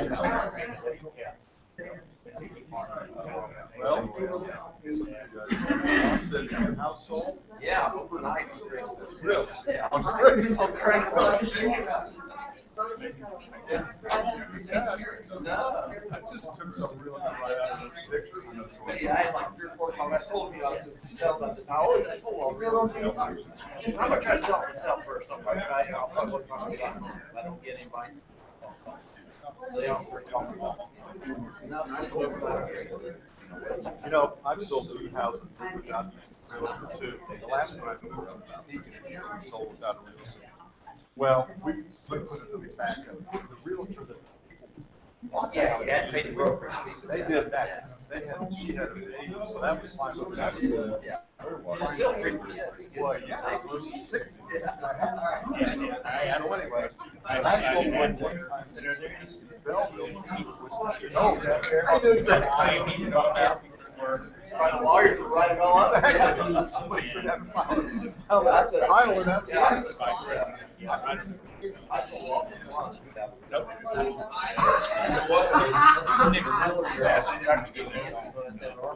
Well, it really is. It was 60 days after I listed it, this guy came up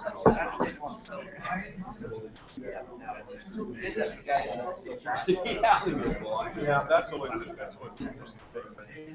I thought about Craigslist, but I don't know why that was. Yeah, I heard that when I was with them. I mean, we had some swinger issues. Swinger issues. What's that? 70s.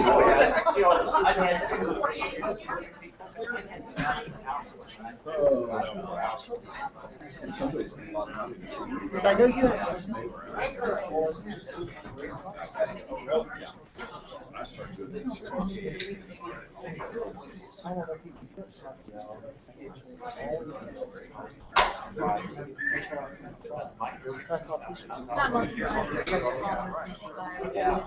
Should I use my teacher voice? Okay, class, students, superintendents, elite group of individuals.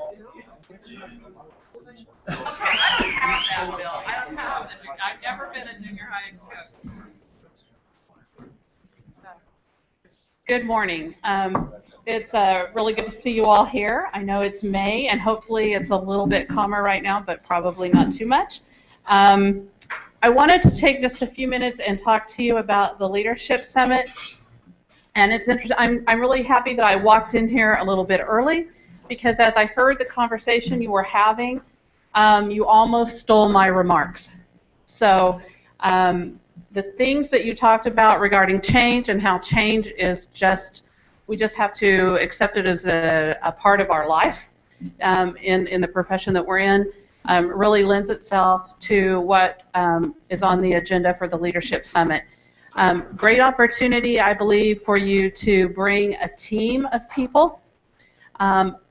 As you all know, as leaders, we're really, really, really busy, and we have a very hard time breaking ourselves away from that building.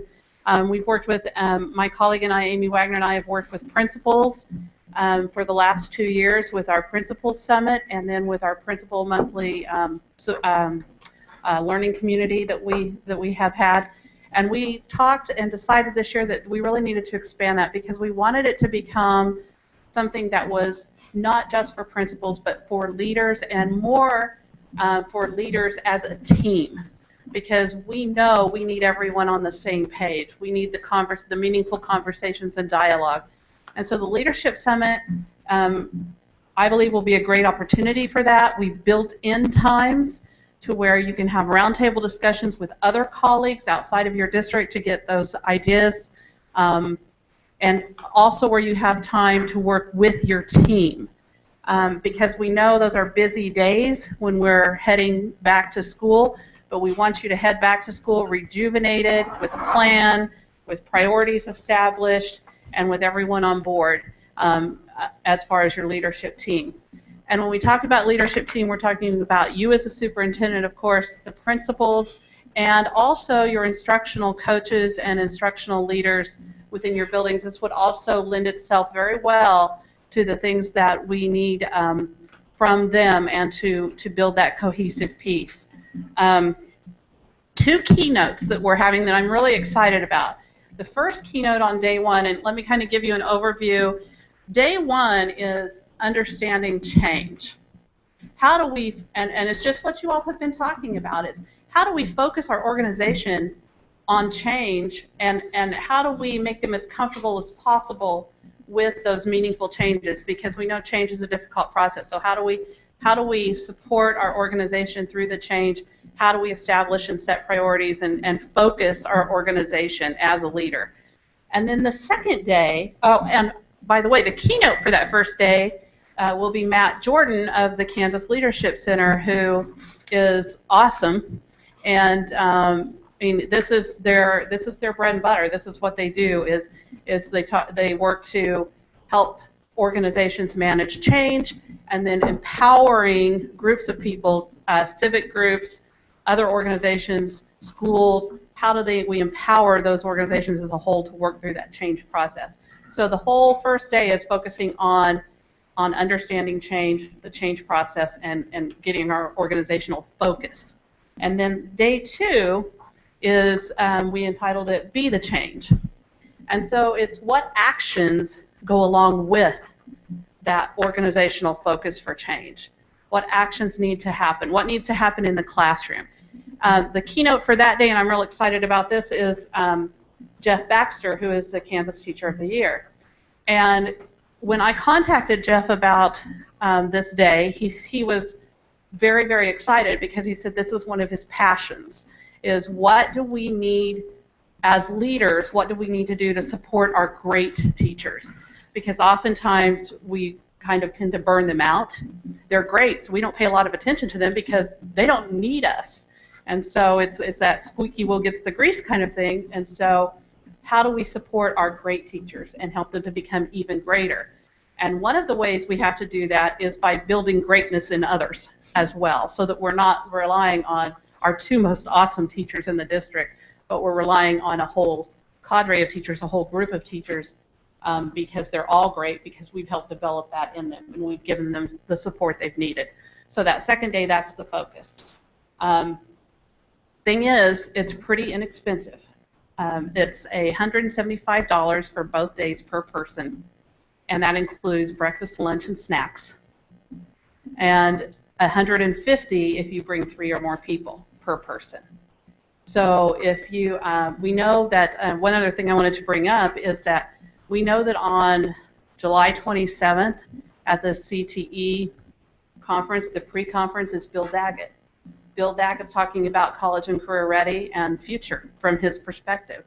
You take that day for $50, I think, or $60 or whatever that is, and you add it to the 2 days here, you've got 3 really great days, I believe, of getting your leadership team totally ready to go for the new year for like $200. So I think that's a value that is important to know as budgets are tight and schedules get so busy. It's really hard once school starts for them to take that kind of time away. And so we want to do that. And then we will also have the support through the year with the principals. You all as superintendents have this, and so as principals, we have our principal support as well. And you know, maybe there might be times through the year where we can bring those two together. I don't know. So anyway, any questions? Yes. When you have this event, is this going to be structured just kind of open? You can go to whatever sessions you want, or do you stage people through them? Talk a little bit about that. Okay. How do you see that happen? Sure. You have an option. So we'll have the keynote in which we'll all attend, and then you have an option. I think you have an A session and a B session. Right. So you can select which one you want to go to throughout that day. There's a time where it says roundtable discussion or team time. You can select. Do you want to go, you know, do you want to work Do you want to divide your leadership team and work at some roundtables from other districts, or do you want to work together as a district during that time? So that's kind of how it's set up so that it's more fitting to what you need. I mean, we wanted to try and make it as personalized as possible, yet getting some foundational pieces for everyone. Does that make sense? Yeah. Okay. Any other questions? I'm excited about this. I just had a phone call this morning from a couple of principals up north of Topeka that are going to be joining us, and that will be really neat to have, someone from an area that we don't normally get to visit with those folks. So that will be a really nice add to the day. Anything else? Oh, I hope you'll really consider it because I think it's going to be awesome. So we look forward to having you. All right, folks, it's about the time that everybody starts playing Guess My Age. So let's do that. Let's start with that. Turn to people at your table and try and just guess. You've got 30 seconds to figure out how old I am. I'll explain. Go for it. Notice I didn't start. No way. All right, that's time. I bring it up because I think I was actually at John's school district when this happened. It was either then or like a couple days before. I was working, doing about 8-10 months, kind of a tour, so to speak, as the Kansas Teacher of the Year. And I think I got up in front of his school district, and this young lady in the front goes, "Who's this kid?" Like, quote unquote. And they were sitting there playing Guess My Age. And it wasn't until that point that I realized that I guess I'm kind of youngish looking. So let's try it again. I'm going to give you a little information about me, then we'll do the same guessing game. And we'll talk about why we got a little example. My name's Curtis Chandler. I'm kind of the new guy here at ESSDACK. We've been here probably about 8-9 months. I have 4 boys at home. My wife teaches special education. I've taught the middle school, elementary, high school level. Kansas Teacher Year back in 2000. We bumped each other, haven't we, Bill? I think what else? I'm finishing up my PhD at Kansas State University, student engagement and organizational learning. I think what else? I play the piano poorly. Now, talk it over again. See if you can guess my age. Go for it. 35.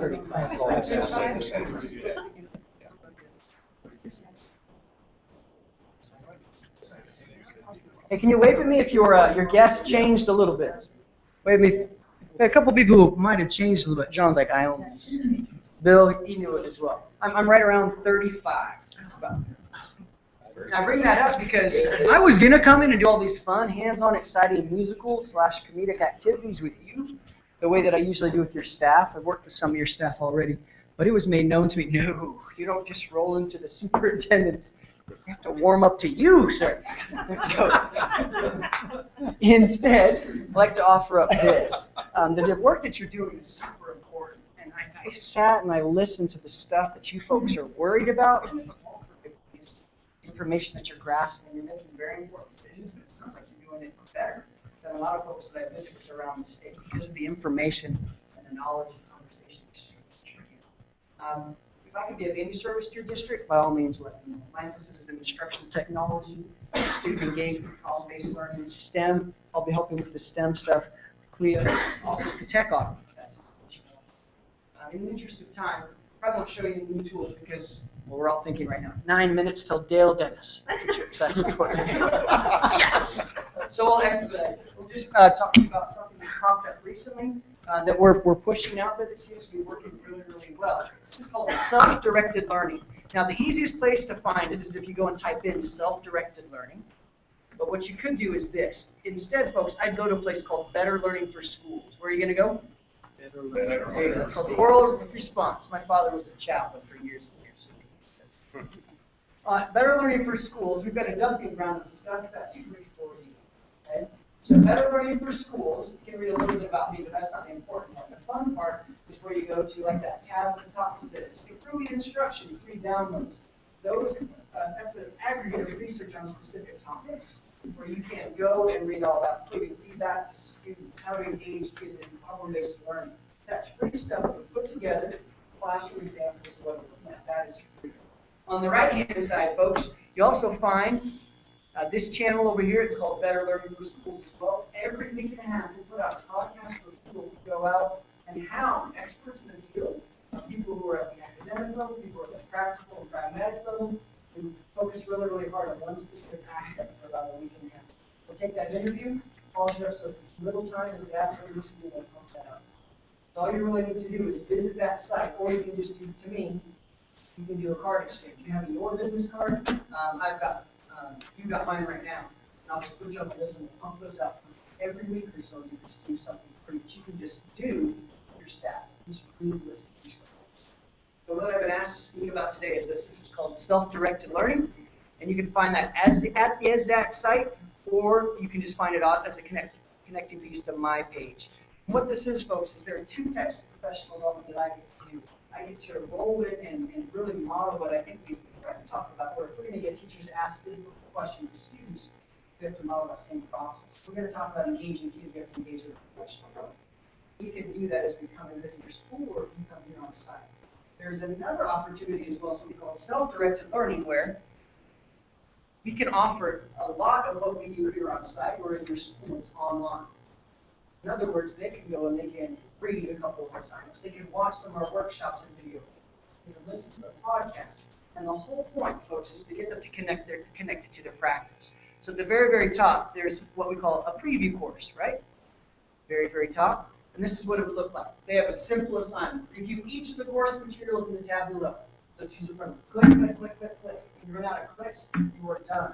You're ready for the important assignment number 2. Assignment. Using the information examples provided in this course, identify and describe 3 ways to provide students with more effective and engaging learning through problem-based learning and problem-based. This course focuses on problem-based learning. We have on all sorts of things that we're looking at. And what we do is we ask those educators to connect it to their practice. They can get up to 15 professional development points for notebooks. $60. So the price of a workshop, they can do it from home. But then we also offer the option, which is pennies more. They can get up to 1, 2, 3 college credit hours for these. We're partnering with McPherson College, Dr. Mark Malaby, and myself. Review everything that they submit. This is great. How about this? What if you talk a little bit more about this? We drive it home for them, which is how will this connect to your practice? What are you going to do different in the next 2 or 3 months based on it? Which is what we hope educators will do. We're giving them the incentive to do so.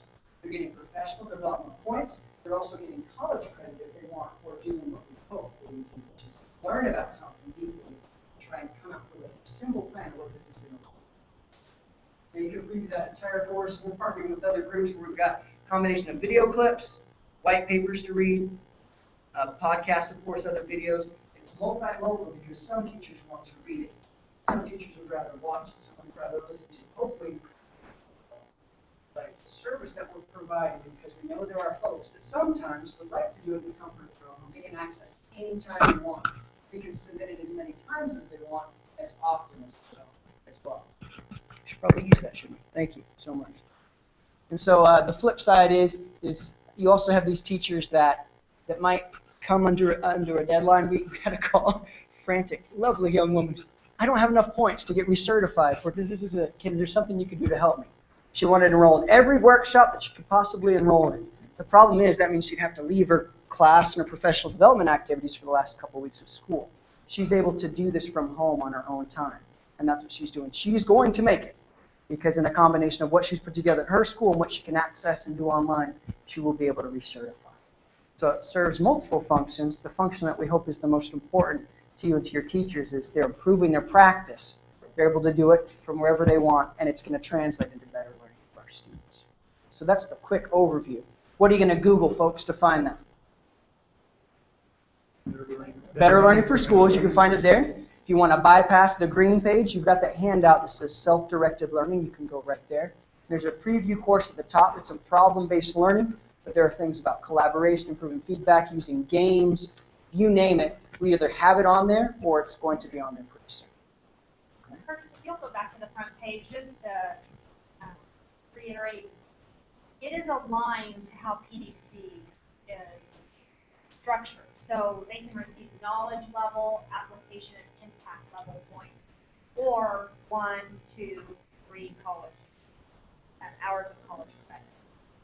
So, and in the near future, at least we've been told this, in the near future, licensure will change to where you can no longer relicense on knowledge level points. So when that happens, this should be That's right. a tool that will help you. And it's flexible enough where we can make whatever adjustments might be followed, which I think we know what's going to happen, but how many times has that worked out for us, right? But I think what you said is that it really is about improving practice and making it effective. Now, that's my pitch. I'd say as you start to go through these, and I'd love to visit with your staff about it. I could do it via Skype. I can drive out and visit folks, because I think what we want to do is put this in the hands of as many teachers as we can, so they have options of what they can really pursue. The other thing is the more that you muck around on it, and so do your teachers, you can also say, what if you had a course in this? Or it'd be better if we're open to your suggestions. We want to make it as user-friendly as we possibly can. Okay. All right. Questions, comments, concerns? You're just thinking about Dale, aren't you? I can see it in your eyes. Dale's good. All right, folks, thanks for your time. Thank you for the important work that you do.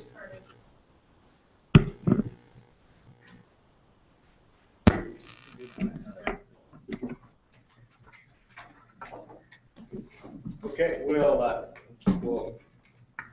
punch in the phone call here and see if Dale's ready. We got a couple minutes to follow us, and I'll get ready for that. I did forget one thing. We have some old equipment that if anybody's interested in it, you gotta make us an offer. There are 3 Prometheus boards. One that's hanging here, gone, and 2 on rollers. Some of that equipment is in this big hallway that goes out to the mall.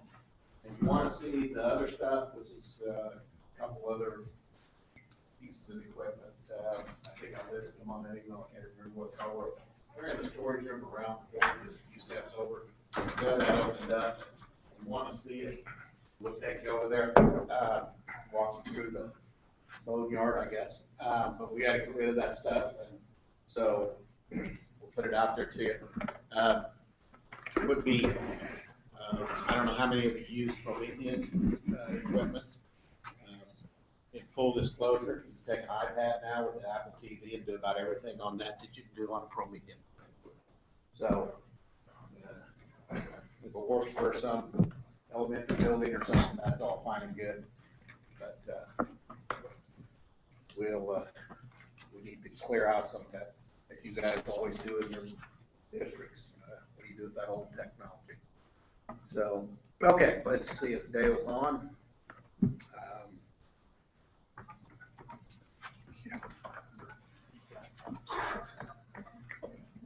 That's been wasting my time. You can start to load notes. God, let's see here. What happened here? Welcome. This service is provided by freeconferencecall.com. Please enter your passcode.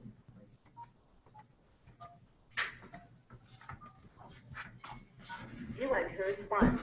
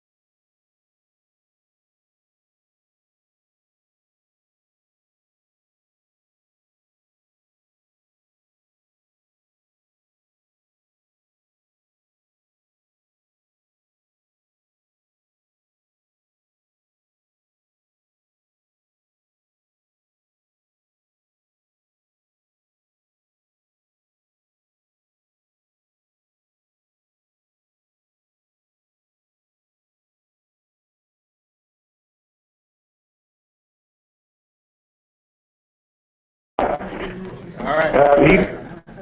He may join us in a few minutes, but for the time being, it's just me. All right, so we're going to turn you over to these guys then. Let you bring them up to speed. So the floor is yours. All right. All right, how's everybody there?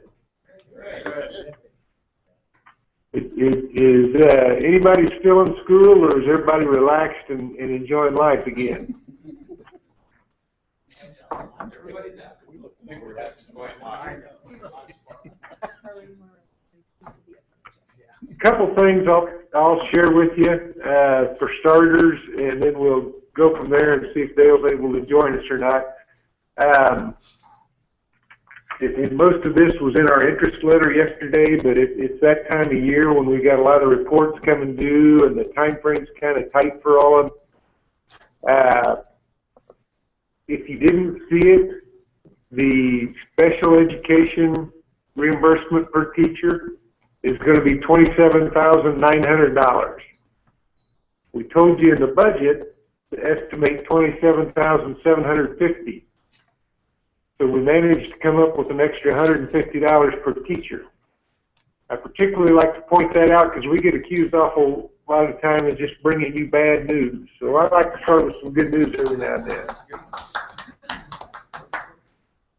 I hear one lonely person applauding. I guess we'll take that. Must be a special ed director. Because that's higher than you budgeted, and normally most of you I know pad your special ed budgets just to be safe. We went through everybody's general fund with the audited numbers and with that special ed, and there's a list of about 20 districts that it looks like to us might need to consider republishing.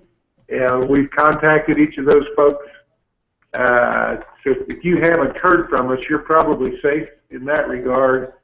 But it wouldn't hurt to double check just to help you sleep better at night, I suppose. Any questions about that from anybody? Okay, a couple of things coming up. Just to remind you of, I know you're all very well aware, the local effort forum will open up, I believe it's a week from Friday, June 5th, and it closes June 9th so that we can get things turned around, and that includes a couple of weekend days, so that's a real short turnaround. Because of that, that's the time you kind of want to have all hands on deck in your office, if you can, to get that information from your county clerk and enter into that form and send it back to us. That form, remember, now also includes the CTE transportation. If you're sending kids to post-secondary career tech ed programs and are looking for reimbursement on the mileage on that transportation, that's a part of the local effort form. That's where you'll tell us how many miles you sent the kids and what size of vehicle they were on.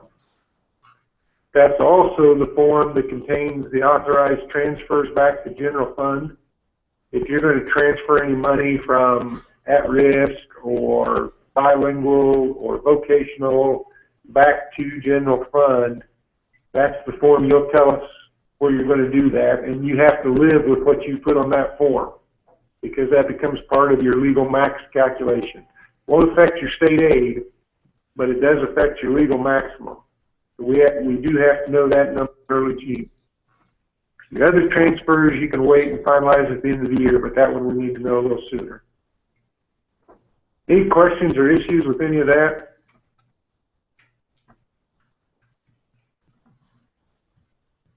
Okay. Straw poll, just for our benefit a little bit.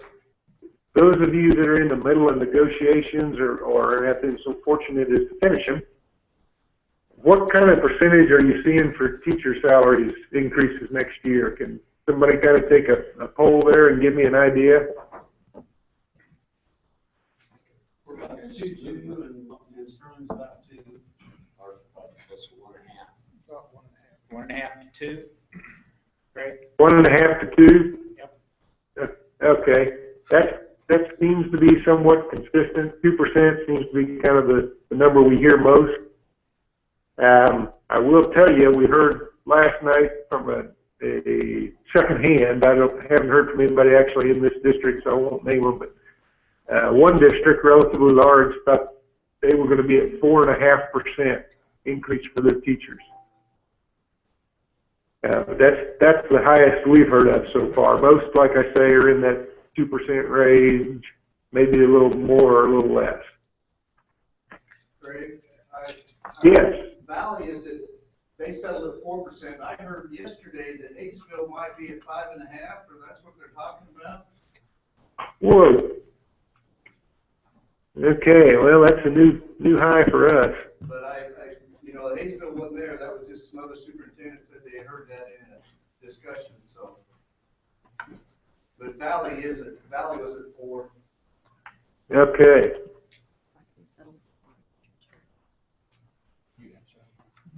Well, it's been a few years since you could even consider numbers like that, so I certainly understand districts that are taking advantage of that if they can. And for some districts, the finance bill they passed makes some of that possible. Some districts it doesn't. Just kind of depends on where you are with state aid and some other issues. Kind of along those lines, anybody having any problems with your capital outlay resolutions? I know quite a few districts are renewing that so that you've got the new authority. Have there been any issues come up or questions raised on that, those of you that are trying to renew that? Just waiting on see if there's a protest petition. We haven't heard anything on protests though. Waiting for the 40 days? Yeah. Same here. Haven't heard anything yet. Anybody have anybody that you know of carrying a petition? We are at a resolution of 8 anyhow prior to, so it's just really changing a little bit of how we use the money. Yeah, it was the same. Yeah. Are there, how many, let me ask it this way, how many of you are going to have a higher mill levy in capital outlay in 14-15 than you had in 13-14? Can you give me an idea? Is it most of the room or not very many? Most of the room. That's kind of what we anticipate.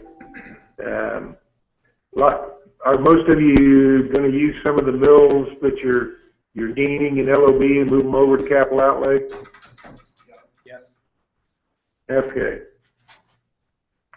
I think that may be a surprise for some of the folks across the street. We tried to give them a heads up that it'll be higher than what's on that printout, but I'm not sure they quite understood how much higher. And I'm not sure we know exactly, but we'll find out. What else was I going to ask? Oh, the LOB authority. Has anybody there looked into trying to get 33% authority by a mail ballot election prior to August 1st? Yes. We have Haven USD 312. Haven is. Was it possible? We're doing a regular ballot before. St. John's doing a regular ballot. Right. And Skyline. Okay. And Skyline. I think that when districts talked with their county clerks, the 31% before June 30th was usually doable. The mail ballot before August 1st, a number of county clerks have said that they can't pull that off. And the mail ballot is what would have allowed you to go to 33 directly. Haven, you said you looked into that. Are you going to be able to do that? Yes, our county clerk thinks we can pull that off. Ooh, all right. So you anticipate having a vote to go to 33%? Actually, to 31%, which of course gives us the capacity to go. Yeah. And then you let your board take you to 33 if they choose to? Yes. That makes sense. Anybody run into any questions on that or problems with trying to make that happen if you're trying to? Just confusion with the public. I don't doubt that. There are a number of things put into statute this year that will lead to confusion with the public, and us for that matter.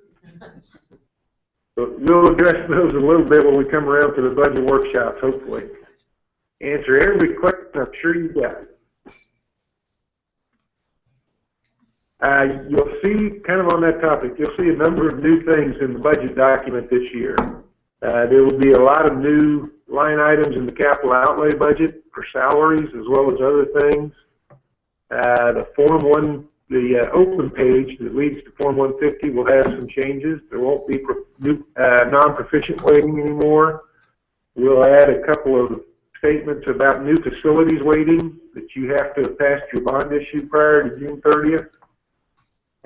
Just at-risk numbers will be a little bit different because you can't count the part-time kids or students 20 years or older unless they're on an IEP for at-risk weighting. You can count them for your regular enrollment, just not for at-risk. So a few of those things are going to look different.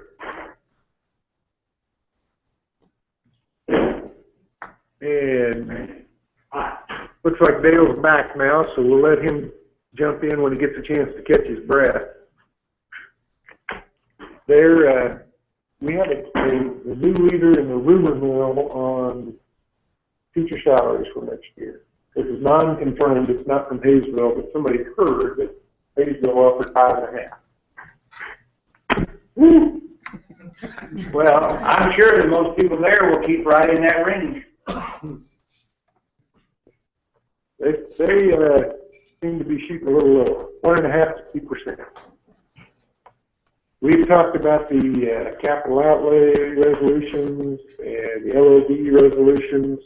There's a couple of them going to have votes to go to 31%, so the board can go to 33%. Any big ones? How big are the districts going to 31? Haven and who else? St. John's and Skyline. Okay. I have a question for you to distinguish intellectual geniuses. In early April, the consent estimating group projected that we'd go up $100 million on estimates, and we were up about 130 at that time. 3 weeks later, April come in at 92 million down, which kind of shocked them a little bit. Would you please tell me what it will be this month?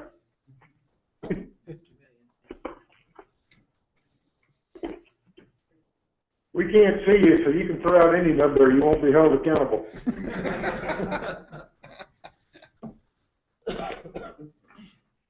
What do you think?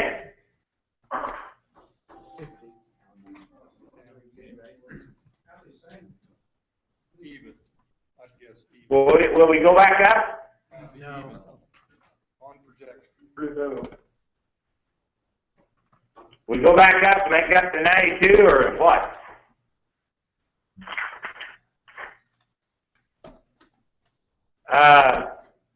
Let me give you somebody that don't know Sikkim about it. It would not surprise me to see it approach the 3-digit number, which would mean about like it was last month. Somebody please argue and tell me that that's all wrong.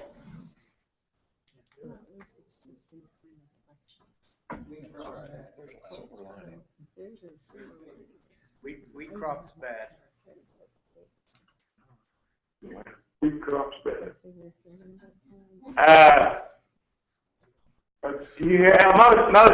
Most people that raise wheat don't pay state income tax on it. Remember, sole proprietorships and LLCs are exempt.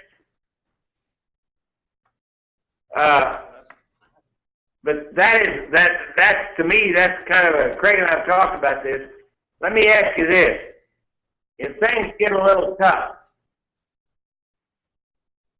what will be the result? You couldn't cut capital outlay because they just approved that and the court just said that. You couldn't mess with LOB and you can't screw with that.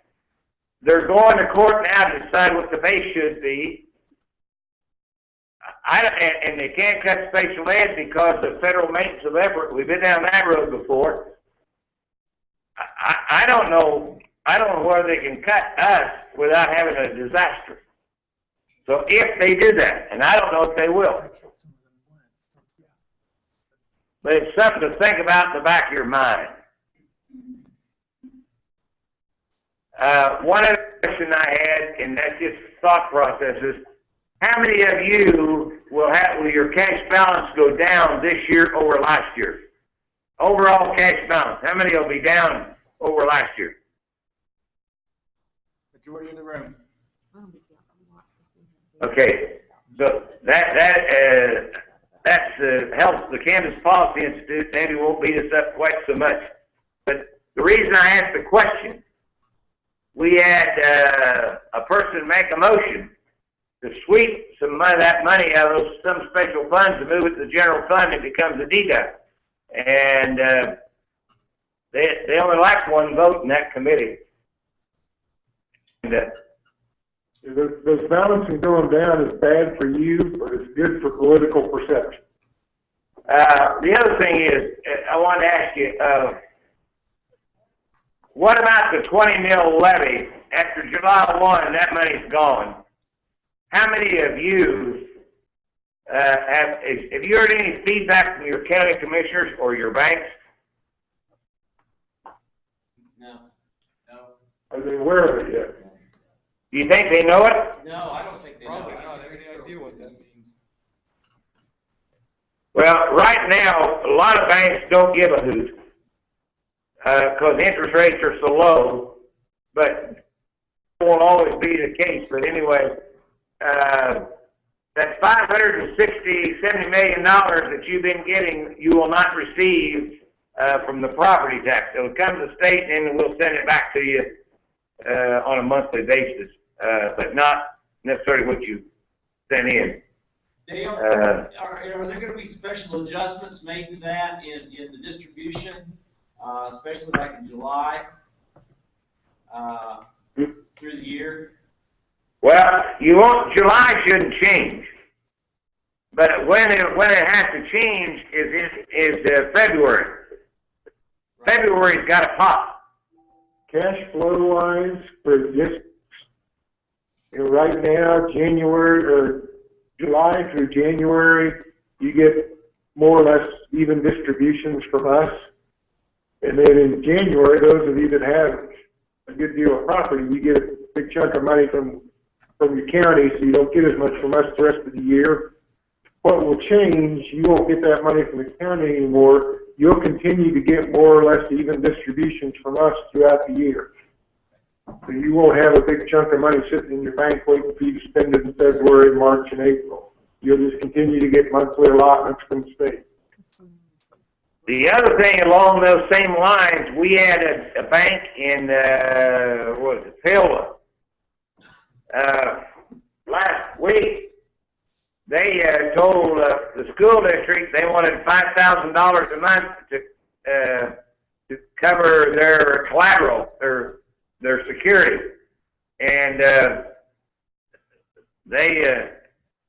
bottom line is they didn't care whether they got the money or not. Really, they didn't have any place for it to go.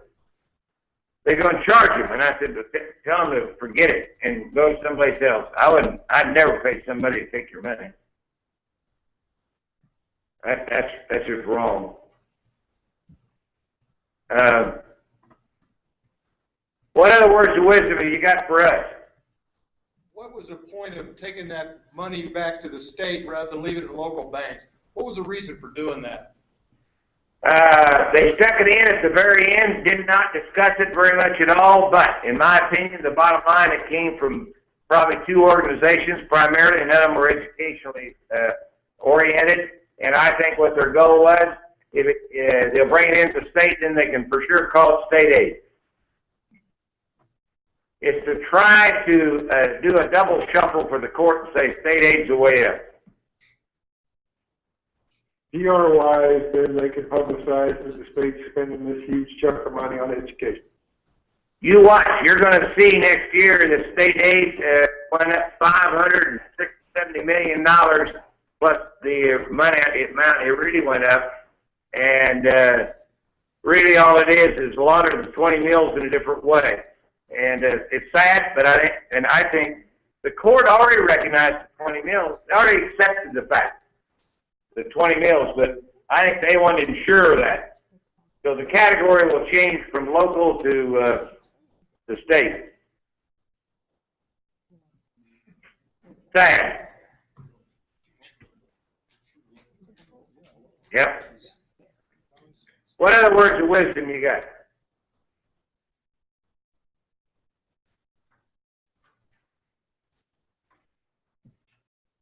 Greg, you got anything else, buddy?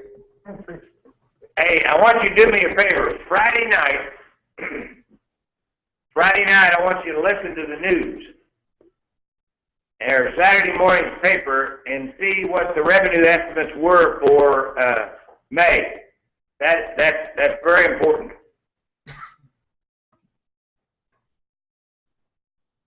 Anybody else got anything there? Any words of wisdom? Craig, you told them a workshop, budget workshops. You know, they know about that and when we're coming and where we're going. And I don't think we do, but anyway, all they do. If they do, they're his up. So, hey, I did hear one thing today. I don't know if public has been announced, but Janice Shaver has indicated she's not going to run for the state board, and we understand there's going to be a superintendent in her area that is going to run for that seat. Craig, you going to tell them who it is? Our rumor is Jim Porter at Fredonia. That's a rumor with some degree of reliability. Jim Porter down at Fredonia. I think the other four are running it, to the best of our knowledge. There may be more that we don't know about, but that's one we think we know. Talk about the commission. Anything else, guys? Talk about the commissioner's situation. Do what? Commissioner situation? They're doing focus groups now. That's being kind of coordinated by McPherson Jacobson. Jan Wall's had hers. I think that Captain Bush and Jim McNeese will have one. I think Ken Willard, I don't know about him. I think he will. Sally Cobble's got a couple. And they're going to get that input. And their goal is to have somebody aboard by the 1st of November. That's their goal. Dale, was that 1st of November? Yes, sir. Okay. Yep. So we'll see how that all plays out, but they got a certain dates and so forth. So right now, the focus group is to find out what they want, what they're looking for, and they'll advertise it and go from there. And there'll be a number of candidates for that. There'll be several in the state. Maybe some in your room right there will go after.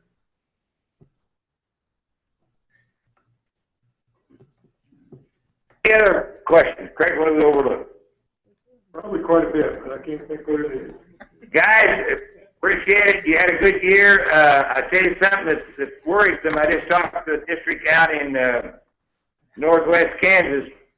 Very, very concerned. They can't find a math teacher. 4 days, I think, had science. They had 3 science teachers, and they were assigned before they ever, and they don't know, I don't know how many of them went to the private sector, but they were assigned before they graduated.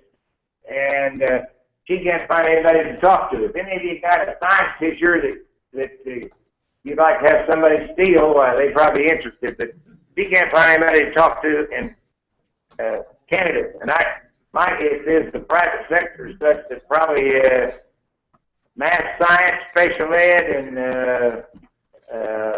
probably the technical area, career tech ed stuff will be hard to find. Are you guys full up on teachers? We just lost a science teacher Thursday. Chemistry, physics. Wow. Ooh. Halstead. Oh my.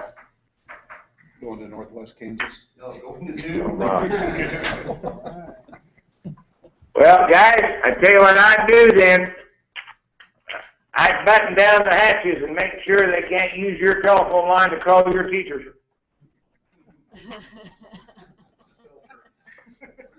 Ah.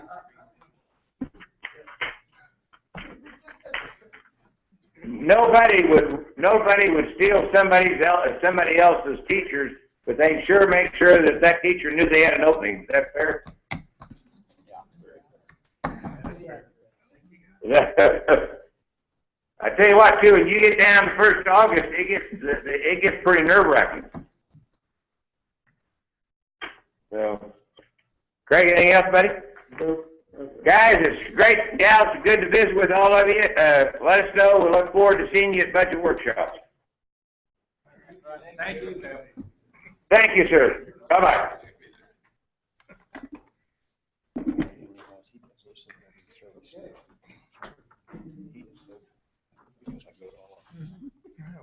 Okay, we come to a close for another year of students' council meetings. We have retiree notice. I want to say thank you and good luck to Mr. Dr. Randy Burton.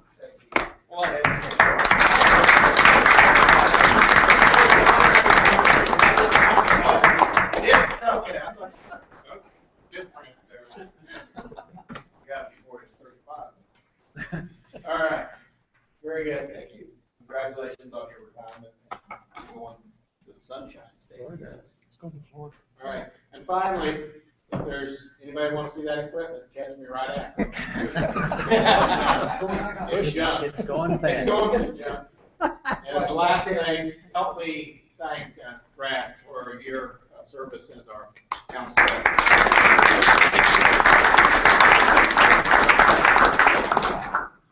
And with that, I think Royce is calling. So thank you very much for another great year, and we look forward to everything coming out in August. 27th. We'll figure that out. Yeah, but next time we do